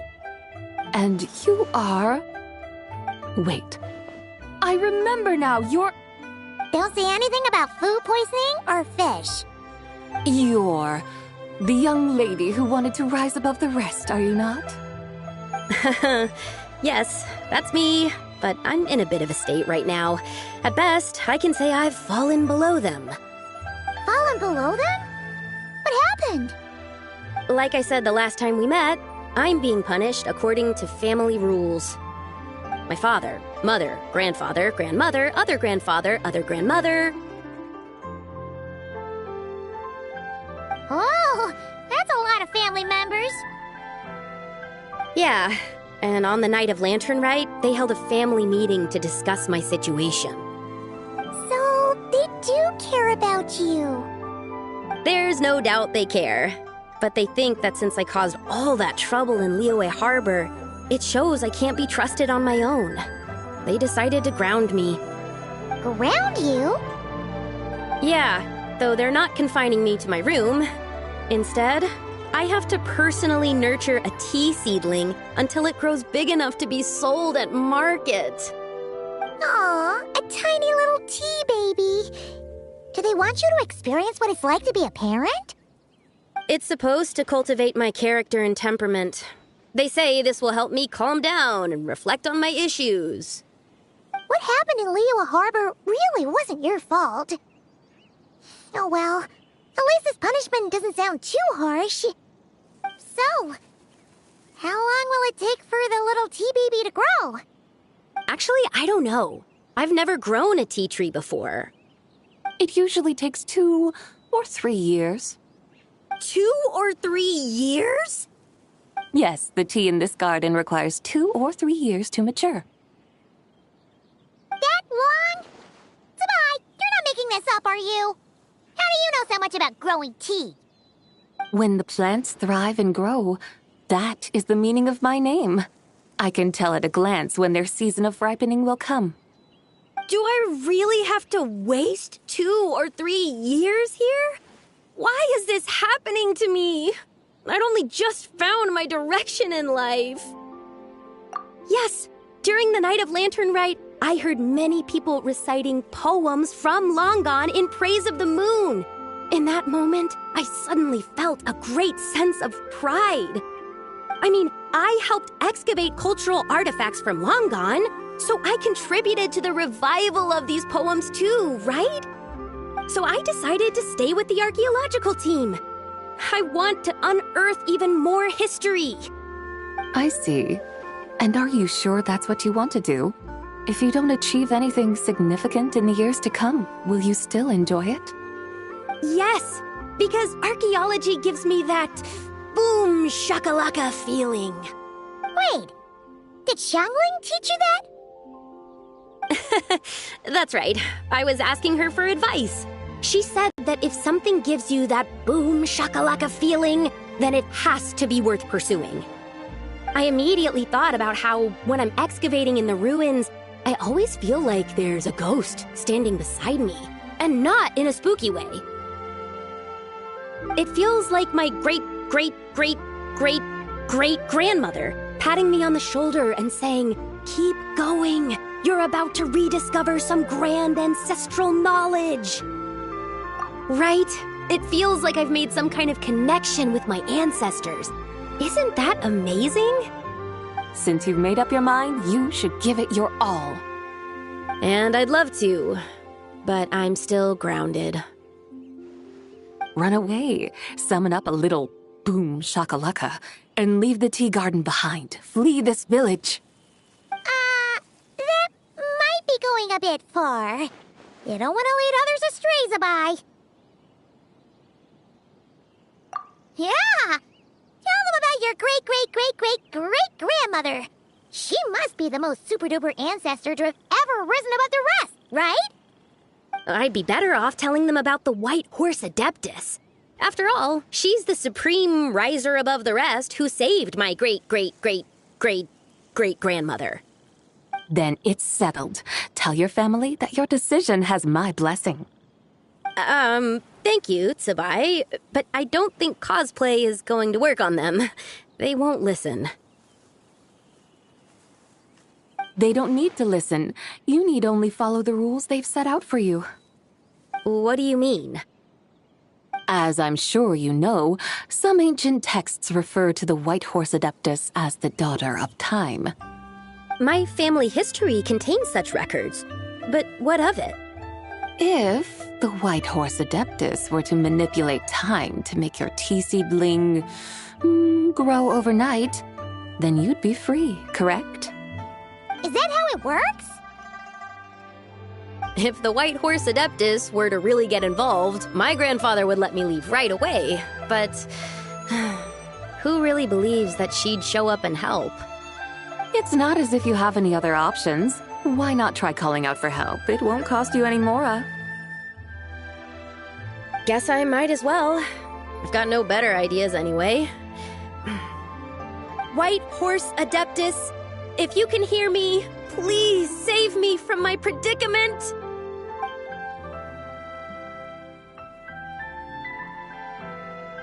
Ugh. Nothing happened, as expected. Perhaps the White Horse Adeptus has already heard your prayer. Why not come back here tomorrow and take a look? By then, the seedling you planted may well have grown into a thriving tea tree. Thank you, Tsabai, for trying to comfort me. I do feel better now, kinda. But can't you really do something like that? Oh, it's getting late. Why don't you all stay at my house tonight? My family may be strict with me, but they're always welcoming to guests. That sounds great! Let's get some sleep and then come back here tomorrow to see if our tea baby has grown.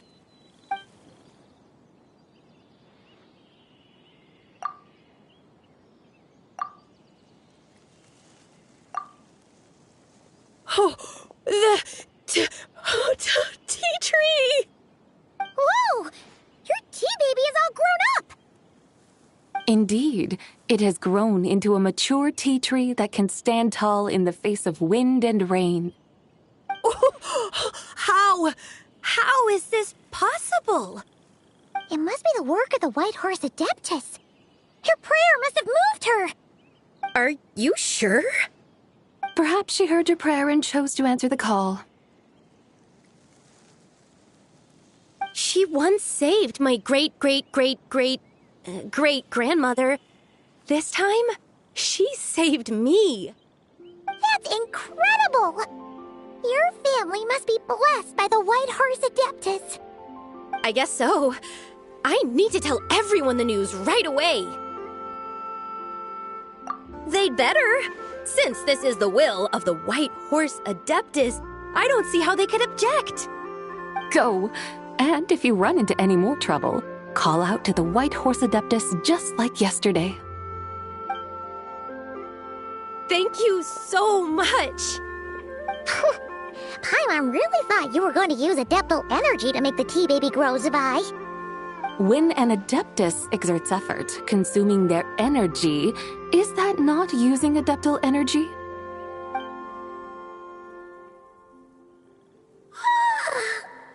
All right. What are we doing out here in the middle of the night?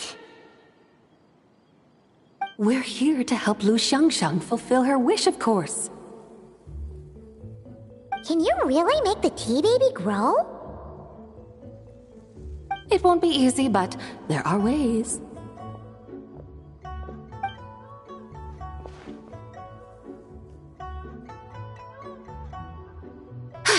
There, it's grown.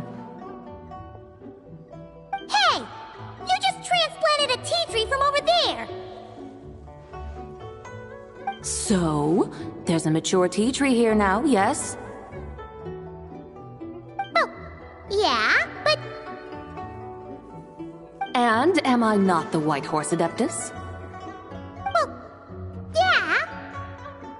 Is this tea tree then not a manifestation of the White Horse Adeptus's will? You're not wrong. But again, there's something not quite right about this. Maybe this will become another mystical Adepti tale recorded in their family history. That would be marvelous. Paimon thinks so too.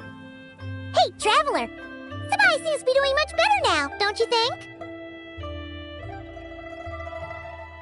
Oh! Paimon bets that's why Zhongli chose to send her on this errand.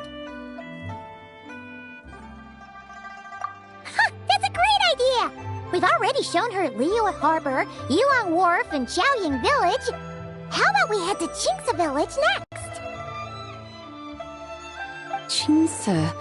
That name sounds familiar. The scenery there is really pretty, too. It's the perfect sightseeing spot. How about we show you around? I must say, I have been mightily impressed by the mountains and waters of Liyue. Please lead the way, my dutiful guides. All right, let's go!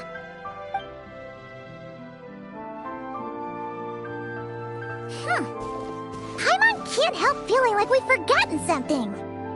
Pay it no mind. I've already forgotten more than you will ever know. All right. If we forgot something, it can't have been that important to begin with. Shinsa Village, here we come!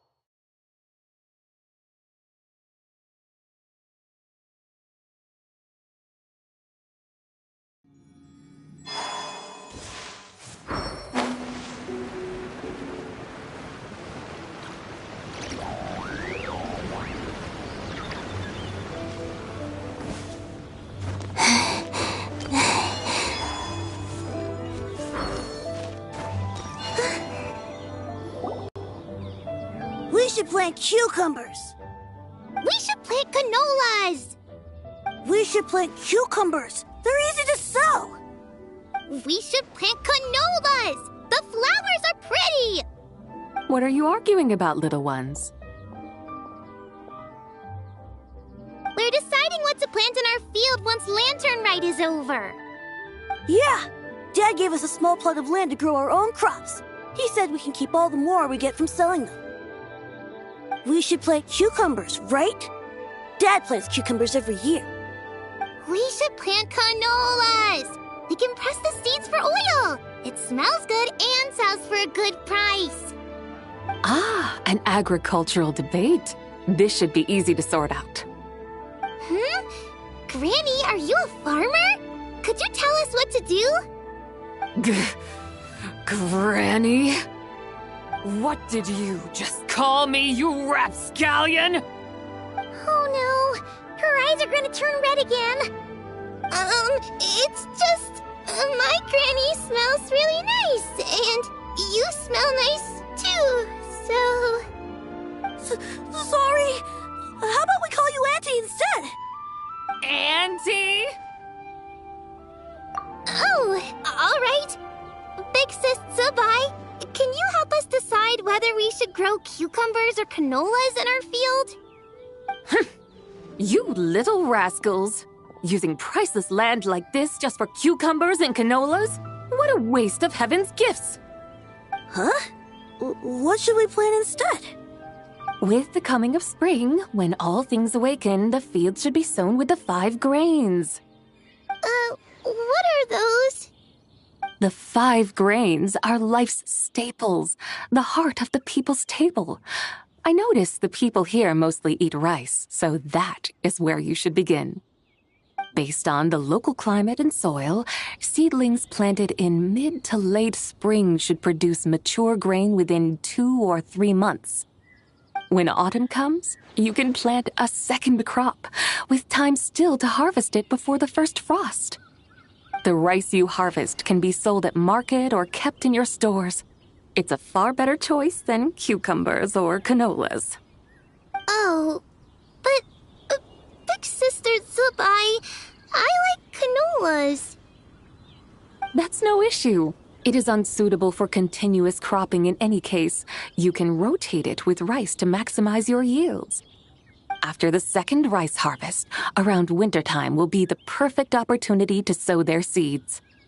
And when they mature in mid to late spring, you shall be just in time to sow the first rice crop of the year in turn. This way, your field will sustain balance, rice and canola in a harmonious cycle. Wow, that means we'll have crops to harvest all year round. Wait a minute! If rice and canola take up the whole year, what about my cucumbers? A firefly dares rival the brilliance of the moon? In what twisted universe should cucumbers vie for land with rice? Big Sis Zubai, you're going to hurt Lil Lee's feelings. Auntie hates cucumbers.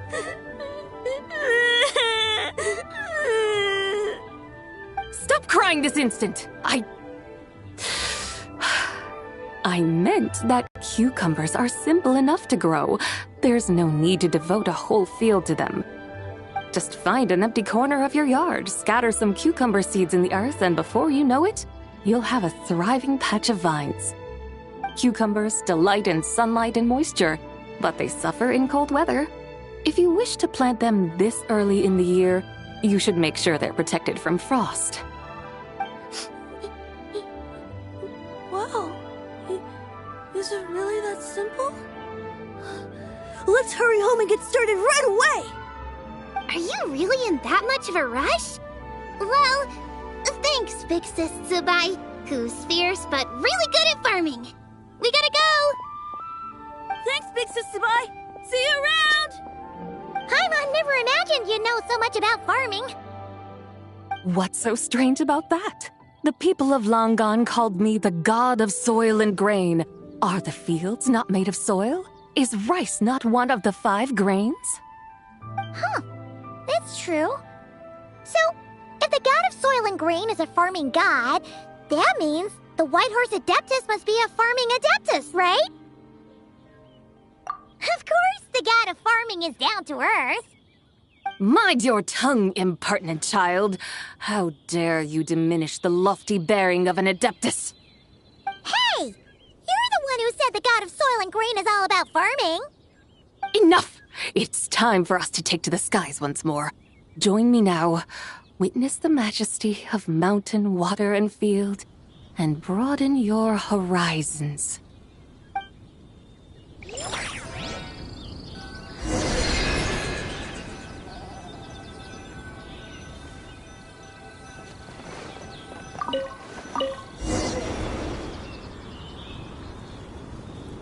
Wow!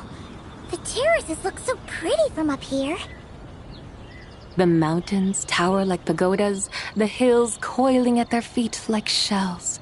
Layers built upon layers, rising and falling in harmony. A truly unique and mesmerizing sight.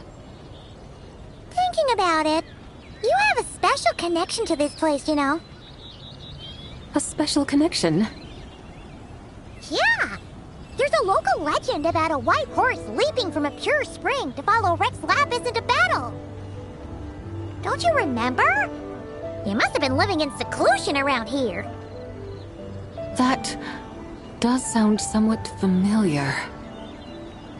Oh, and if we keep going up this way, we'll reach a super-duper spooky spot. You might have a connection to that place, too. There's an ancient array that seals away the remains of a fallen god. A god's remains? Yeah! The people Liyue turned that story into an opera called The Sanctification of Tao Do. Does that ring any bells? Tao Do. The 7 and 8 gates array. That's right, that's right! You do remember! Bune, the god of the underworld, who could pacify the forces of life and death. Huh? So, Tao Do had another name? Let's go take a look.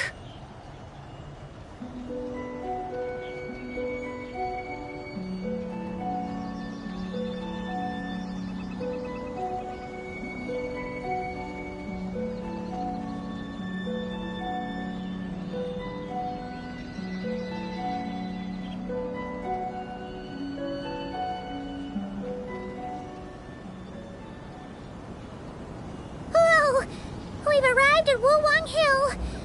The atmosphere just turned spooky. I can't help but feel there's something strange about this friend you haven't seen in ages. Huh? Paimon thought she heard someone's voice. Let's head down and check it out.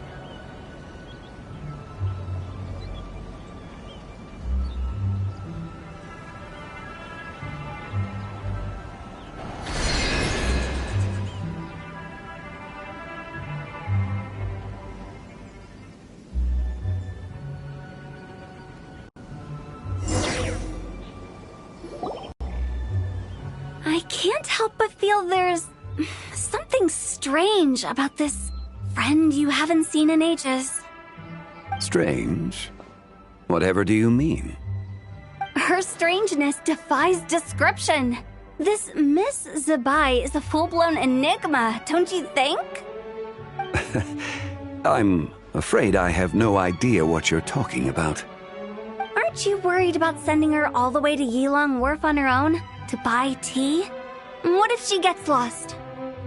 Where there are people, there are paths. Now I'm the one with no clue what you're saying. She can ask for directions. And then what? She will meet strangers in unfamiliar lands, build friendships, part ways. Hers will be a long journey indeed. The further the journey, the more footprints one leaves behind. The deeper those footprints, the harder it is for time to erase them. Ah, so you want her to make new friends? I see. But from what you say, it sounds as though she's not from Liyue. I believe she was not, but perhaps she will be. You're sounding stranger by the second. Huh. Oh, over there. Oh, look who's here. Hotel! Zhongli! What are you doing here? Traveler, Paimon, fancy meeting in a place like this. Oh my, and Miss Zabai too.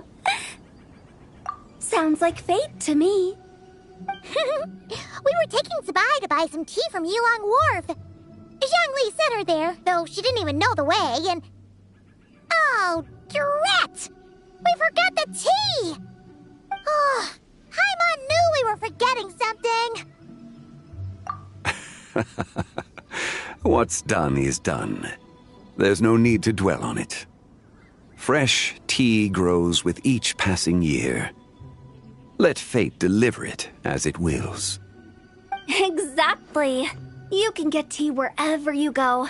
You're hardly running low now, are you? Paimon feels a lot better now that you've said that. Still, I'm a little confused. If you were buying tea, how did you end up all the way out here? We're taking Spy on a sightseeing tour. We started at Liyue Harbor, stopped in at Yilong Wharf, went sightseeing around Xiaoying Village, made our way to Qingce Village, and now we're here. Wow, that is quite the itinerary. Yeah, actually, Paimon thinks it's about time we headed back. I'm here to pay my respects to my ancestors.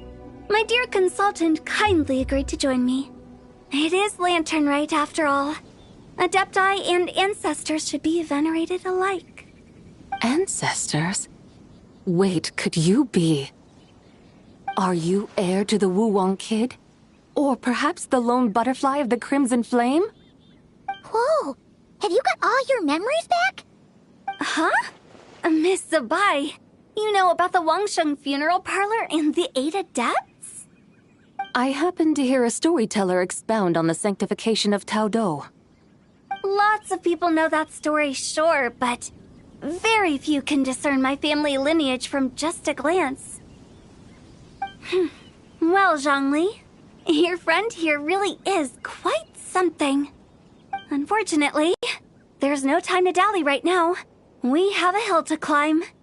Perhaps once today is done, we can find time to chat over tea, recite poetry, and admire the moon?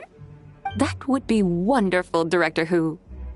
Oh, and before we go, you've been traipsing around all day. I suggest you stop off at the Wangshu Inn on your way back for a good night's rest. Wouldn't do to exhaust yourselves, Don't mention it. All right, we'll take our leave now. See you later. Hotel's so thoughtful. Why don't we follow her advice and stay at the Wangshu Inn tonight? Zabai, you can see the whole of Dihua Marsh from up there. The view's amazing. Plus, you can sample Smiley Yin-Xiao's cooking. Wangshu, an intriguing name. It couldn't hurt to check it out. Awesome! Let's go!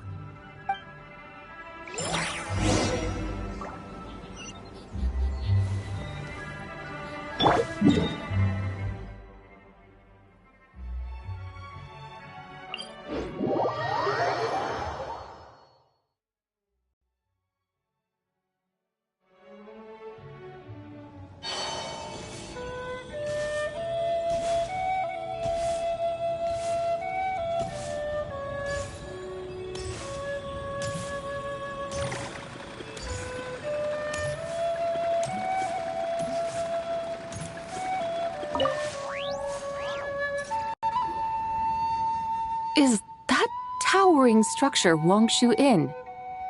Sure is. We can take the lift up from over there. Always walking the path long trodden.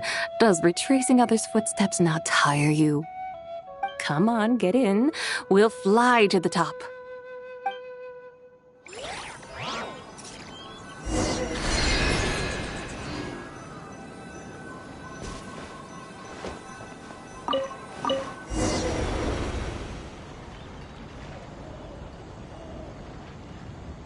Are we really going to fly up to Wongshu Inn? Isn't that a bit showy? All the guests are going to see us. Is that a bad thing? To be able to witness an Adeptus. This will surely add to the inn's appeal, not to mention the room prices. The owner will thank us. You seem to really like showing off your powers. This inn's architecture is incredible, and the surrounding countryside radiates a picturesque charm. No wonder the new proprietor of the Baiju guest house thinks he can't compete and has decided to change his own establishment's name. The new proprietor? Ah, you mean Lu Shengsheng's dad. So you know about that, too. Personally, Paimon thinks it should go with something like Rex's Rest. That's a contender's name if Paimon's ever heard one. A fitting name indeed. So you think the guest house should change its name, too? Paimon kinda thought you'd say something like, such sacrosanct traditions must never change. Time flows ever onward. Why should the rules of yesterday be carried forward into the world of tomorrow? The people of today should determine what is to be kept. Huh. You're not as old-fashioned and stuffy as Paimon thought. The years ebb and flow, seas recede to reveal fields. In the vastness of time, I am but a wild horse in a boundless sea of dust. Even Rex Lapis, having waded through the waters of the river of time, is not quite the same as before. Zhongli? What was he like before? That is another story for another time.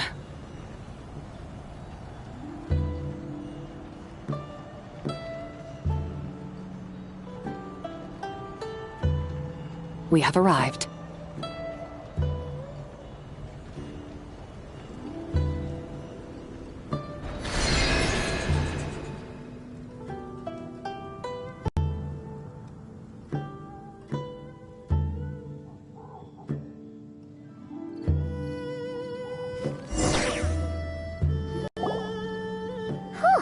This is the first time Paimon's ever flown up to Wongshu Inn on a chariot. Everything's so different when you're up high. Wongshu. Like moon lanterns and shell lanterns. Might it all be a coincidence? What's a coincidence? Do you not know what Wongshu means? Not bad. You're clearly much sharper than your diminutive companion. Wongshu can refer to the moon, but its original meaning is actually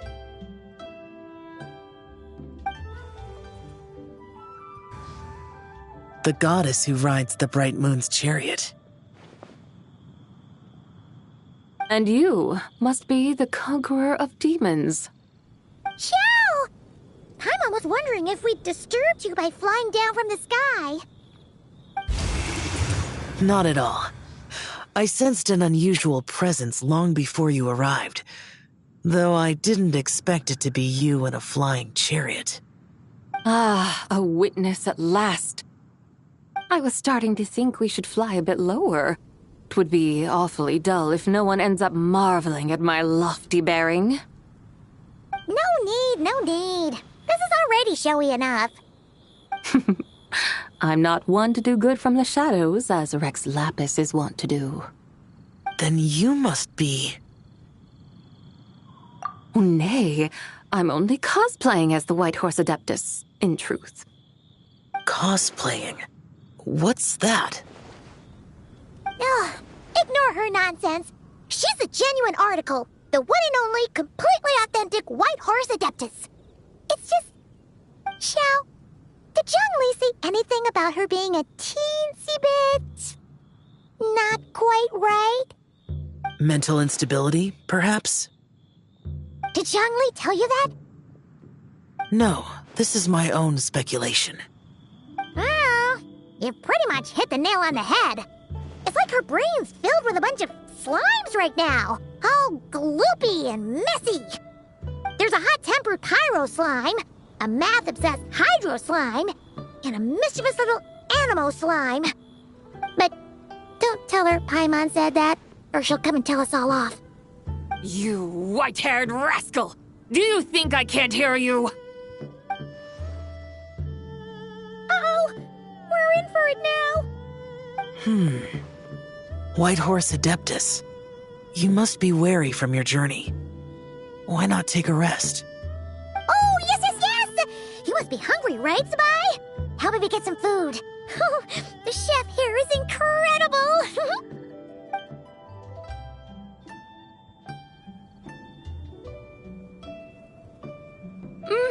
It's so hot! So spicy! Are you okay? Do you want Paimon to get you some water? Don't worry about me. I just need to pace myself.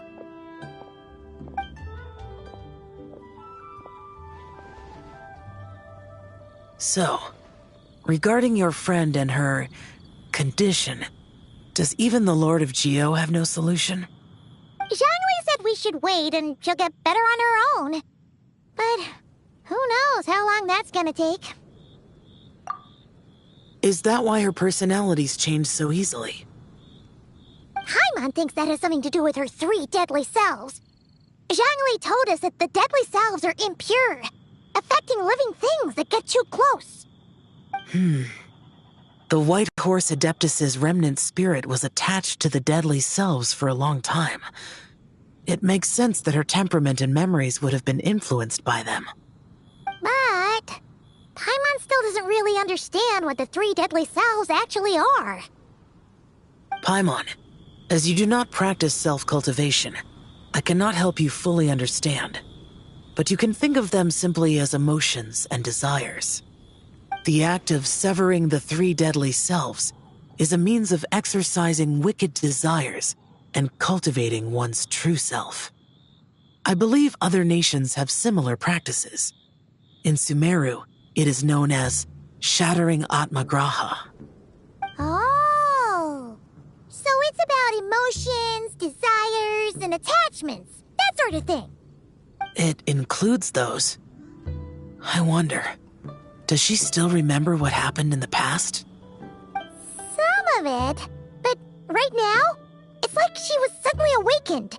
Like she's still half dreaming. The half that's still dreaming might remember things, but the half that's awake doesn't quite get it. Conqueror of demons, are you looking to learn about Rex Lapis's past from me? You are an old friend of his, so please, call me by my name. But Conqueror of Demons sounds so much more imposing. In days of yore, he was the Lord of Geo, Heaven's Star. Huh? You said the same thing the day you came back. But what does it mean? I'm afraid I can't remember. Hey, did you really forget? Or are you just pretending so you don't have to tell? Why not ask Rex Lapis himself? Whether I've forgotten might be up for debate, but I am certain he remembers. He must have his reasons for not raising the past, and you likely have similar concerns. I shouldn't have asked. An answer that suits your style, General Olatis. Now that we're on the subject, though, I suddenly remembered something. Which is? In the distant past, there was a feast, which I attended. I faintly recall the Lord of Geo also being present that day. Oh, and then? What happened? Among the dishes served, there was one that could be found in every household throughout Langan at the start of spring. a dish called Flavor of Spring. I suddenly remembered the recipe for this dish. Is that it?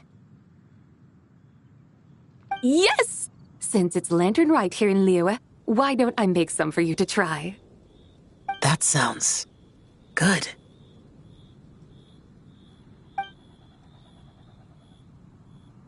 Wow! It might not have been the story Paimon was hoping for, but this looks delicious!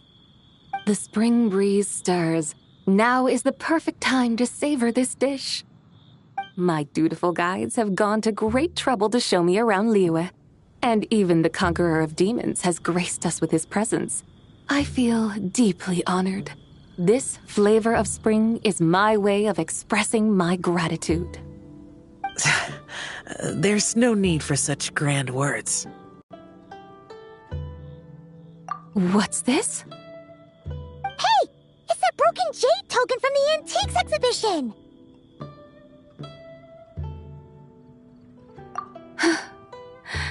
Indeed.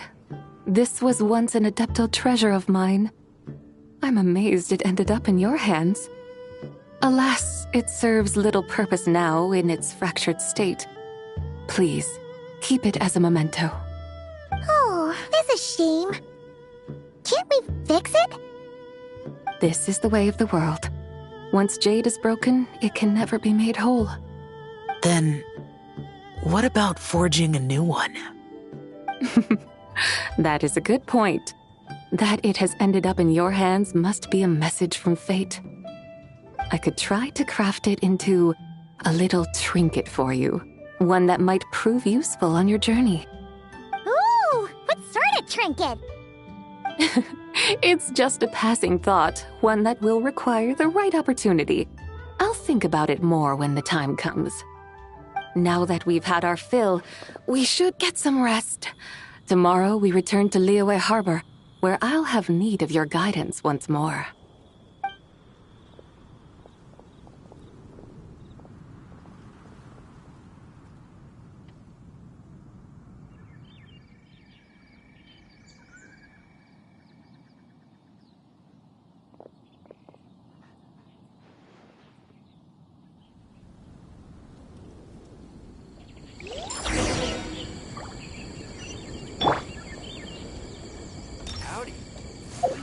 Straight on in.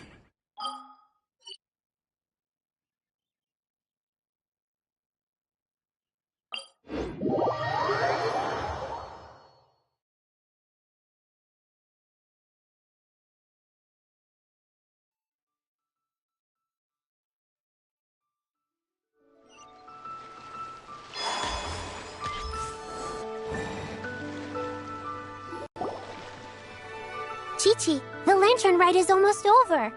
Do you remember how to make a Shao lantern? Morning, split bamboo, traveler. And get silk, make Paimon. You've got it all mixed up again. They're here again. Yow! Looking good in that new outfit, huh? Hey, it's Paimon! Dr. Baiju gave this to me as a gift. How does it suit me? Thank you. Wow!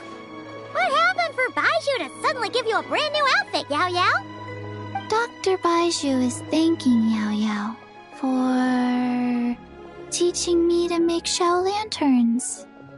Chi-Chi and I were just playing together. Dr. Baiju's too kind. Oh, yeah, take a look at this. Dr. Baiju gave me these clothes, but it was Chi-Chi who wove this little basket. Wow, that's beautiful. When did you become so good with your hands, Chi-Chi? I learned to make Shao lanterns, thanks to Yao Yao. I also made a wish. What do I always say? The White Horse Adeptus answers prayers. Come, help this old man make an offering in thanks. Huh? Mr. Liu? What did you pray for? For my idiot son to finally come to his senses and not change Baiju Guest House's name, which he has. Huh? He's keeping the old name? Listen to this. My granddaughter planted a tea seedling in our village just a few days ago. She made a prayer to the White Horse Adeptus to help it grow. Overnight, her seedling flourished into a mature tea tree. Oh, that sure does sound like a miracle. Could the White Horse Adeptus really have helped it grow? Of course she did. Oh, White Horse Adeptus, how blessed is our family over whom you keep watch. Truly, this is an extraordinary miracle. You must record it in your family history without delay. Of course. Huh? Is that you, Miss Zabai? Indeed. I have a long-term booking at your guest house. Yes, I recall. Mr. Zhongli said to charge your expenses to the Wangsheng funeral parlor, if I remember correctly. That's Young Li. Always making trouble for poor Hu Tao. I noticed when you were here last that you bear a striking resemblance to the pictures of the White Horse Adeptus in my family history. You both have golden eyes. Perhaps fate has had a hand in our meeting. And a glad meeting it is, Miss Zabai. Now, why don't I gift you some tea from my garden to celebrate this encounter? We grow Sunghua tea there, and it has quite the reputation throughout Yilong Wharf. I hope you will accept it. Oh! Sunghua, buy 10 boxes, get half off teas, back on the menu. Buy 10 boxes, get half off? Don't be silly. This is a gift. It's free. Woohoo! Nice! Thank you so much, Boss Lu. There's no need to thank me. You're a visitor from out of town, which makes you an honored guest. Make yourself at home. Lanternlit may have ended, but the streets are still bustling with activity. Make sure to take everything in, meet some new friends, and enjoy your time here. And that goes for you kids as well. Happy Lanternlit. Got it, Mr. Lu. Happy... Lanternlit. Yeah! Happy Lanternlit, everyone! Happy Lanternlit indeed.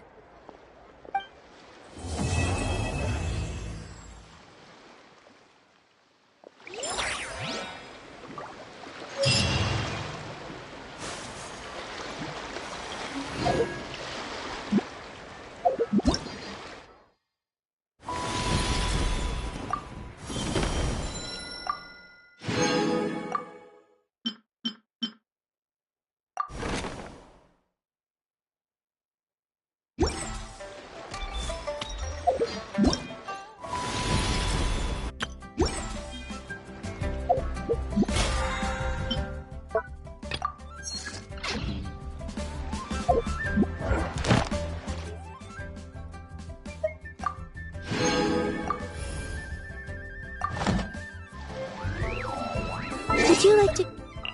Oh, moon gaze.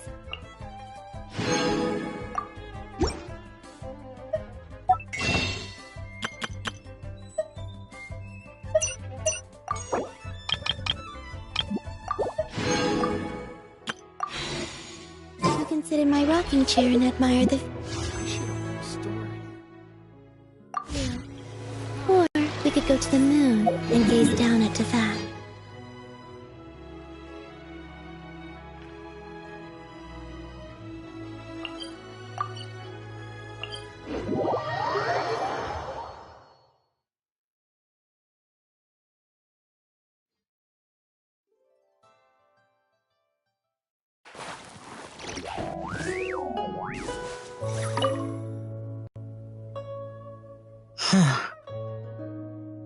Yes. I saved someone from monsters earlier. She was carrying a frame and tools for making shell lanterns, and gave them to me as thanks. She also said this type of shell lantern can be modified however you like. So... yes, well, I tried my best. I suppose the next step is releasing the shell lantern.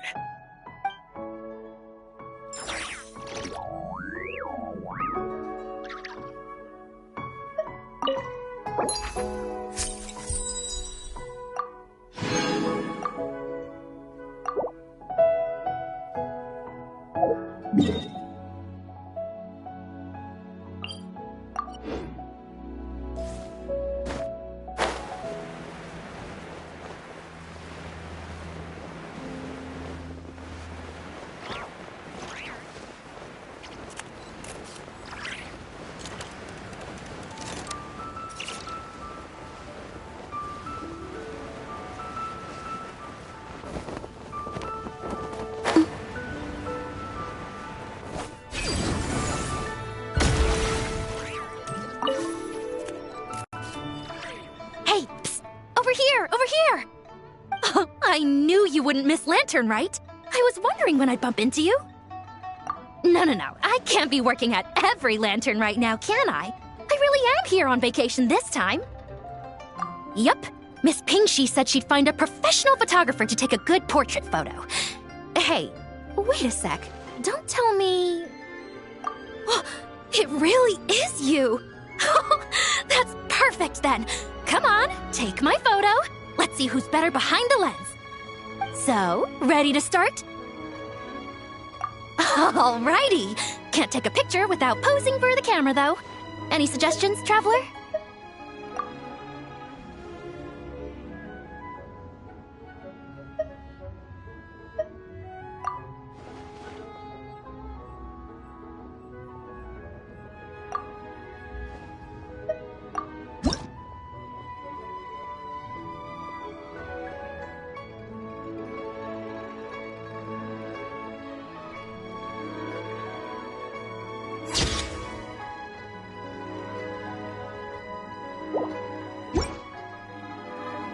Done? Did you adjust the lens and check the lighting? Make sure the focal length was properly set?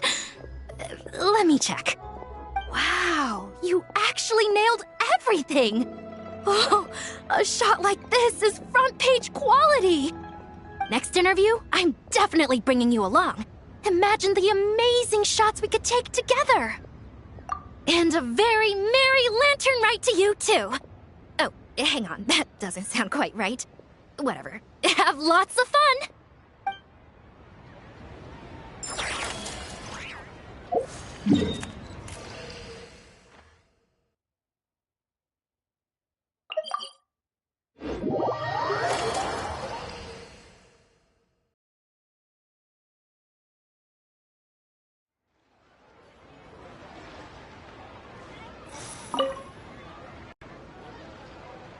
Leo has got so much delicious food. What should I eat next? Oh, how about boiled fish? No, wait. I need to take a picture for everyone back at the tribe first. Traveler? Oh, wow. So you're the pro photographer that lady was talking about? That's fantastic. You're so talented. Of course you're good with a camera, too. Sure! I want to strike a cool pose.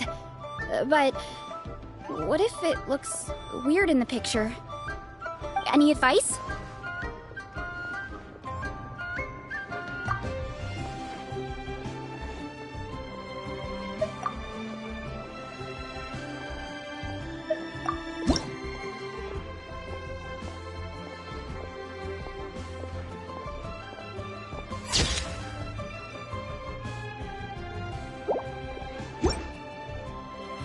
Done already? Let me see. Whoa, told you they'd be good! Now, would it be the best spot in the orchard to hang it? Thanks! Next up, some more delicious food. Starting with... boiled fish.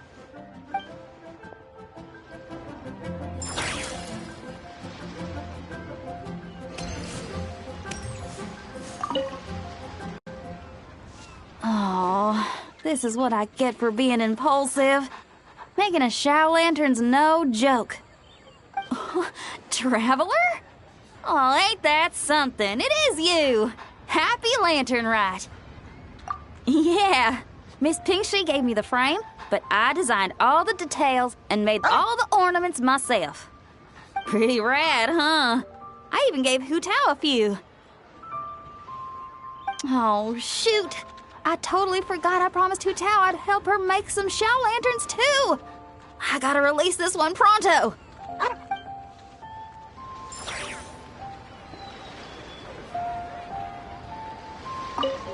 Okay, I gotta go find Hu Tao now. First stop, Wangsheng Funeral Parlor. Catch you later. Oh, and happy Lanternlit to you, too. Shame Hu Tao's busy this year. I would have loved to put on another show.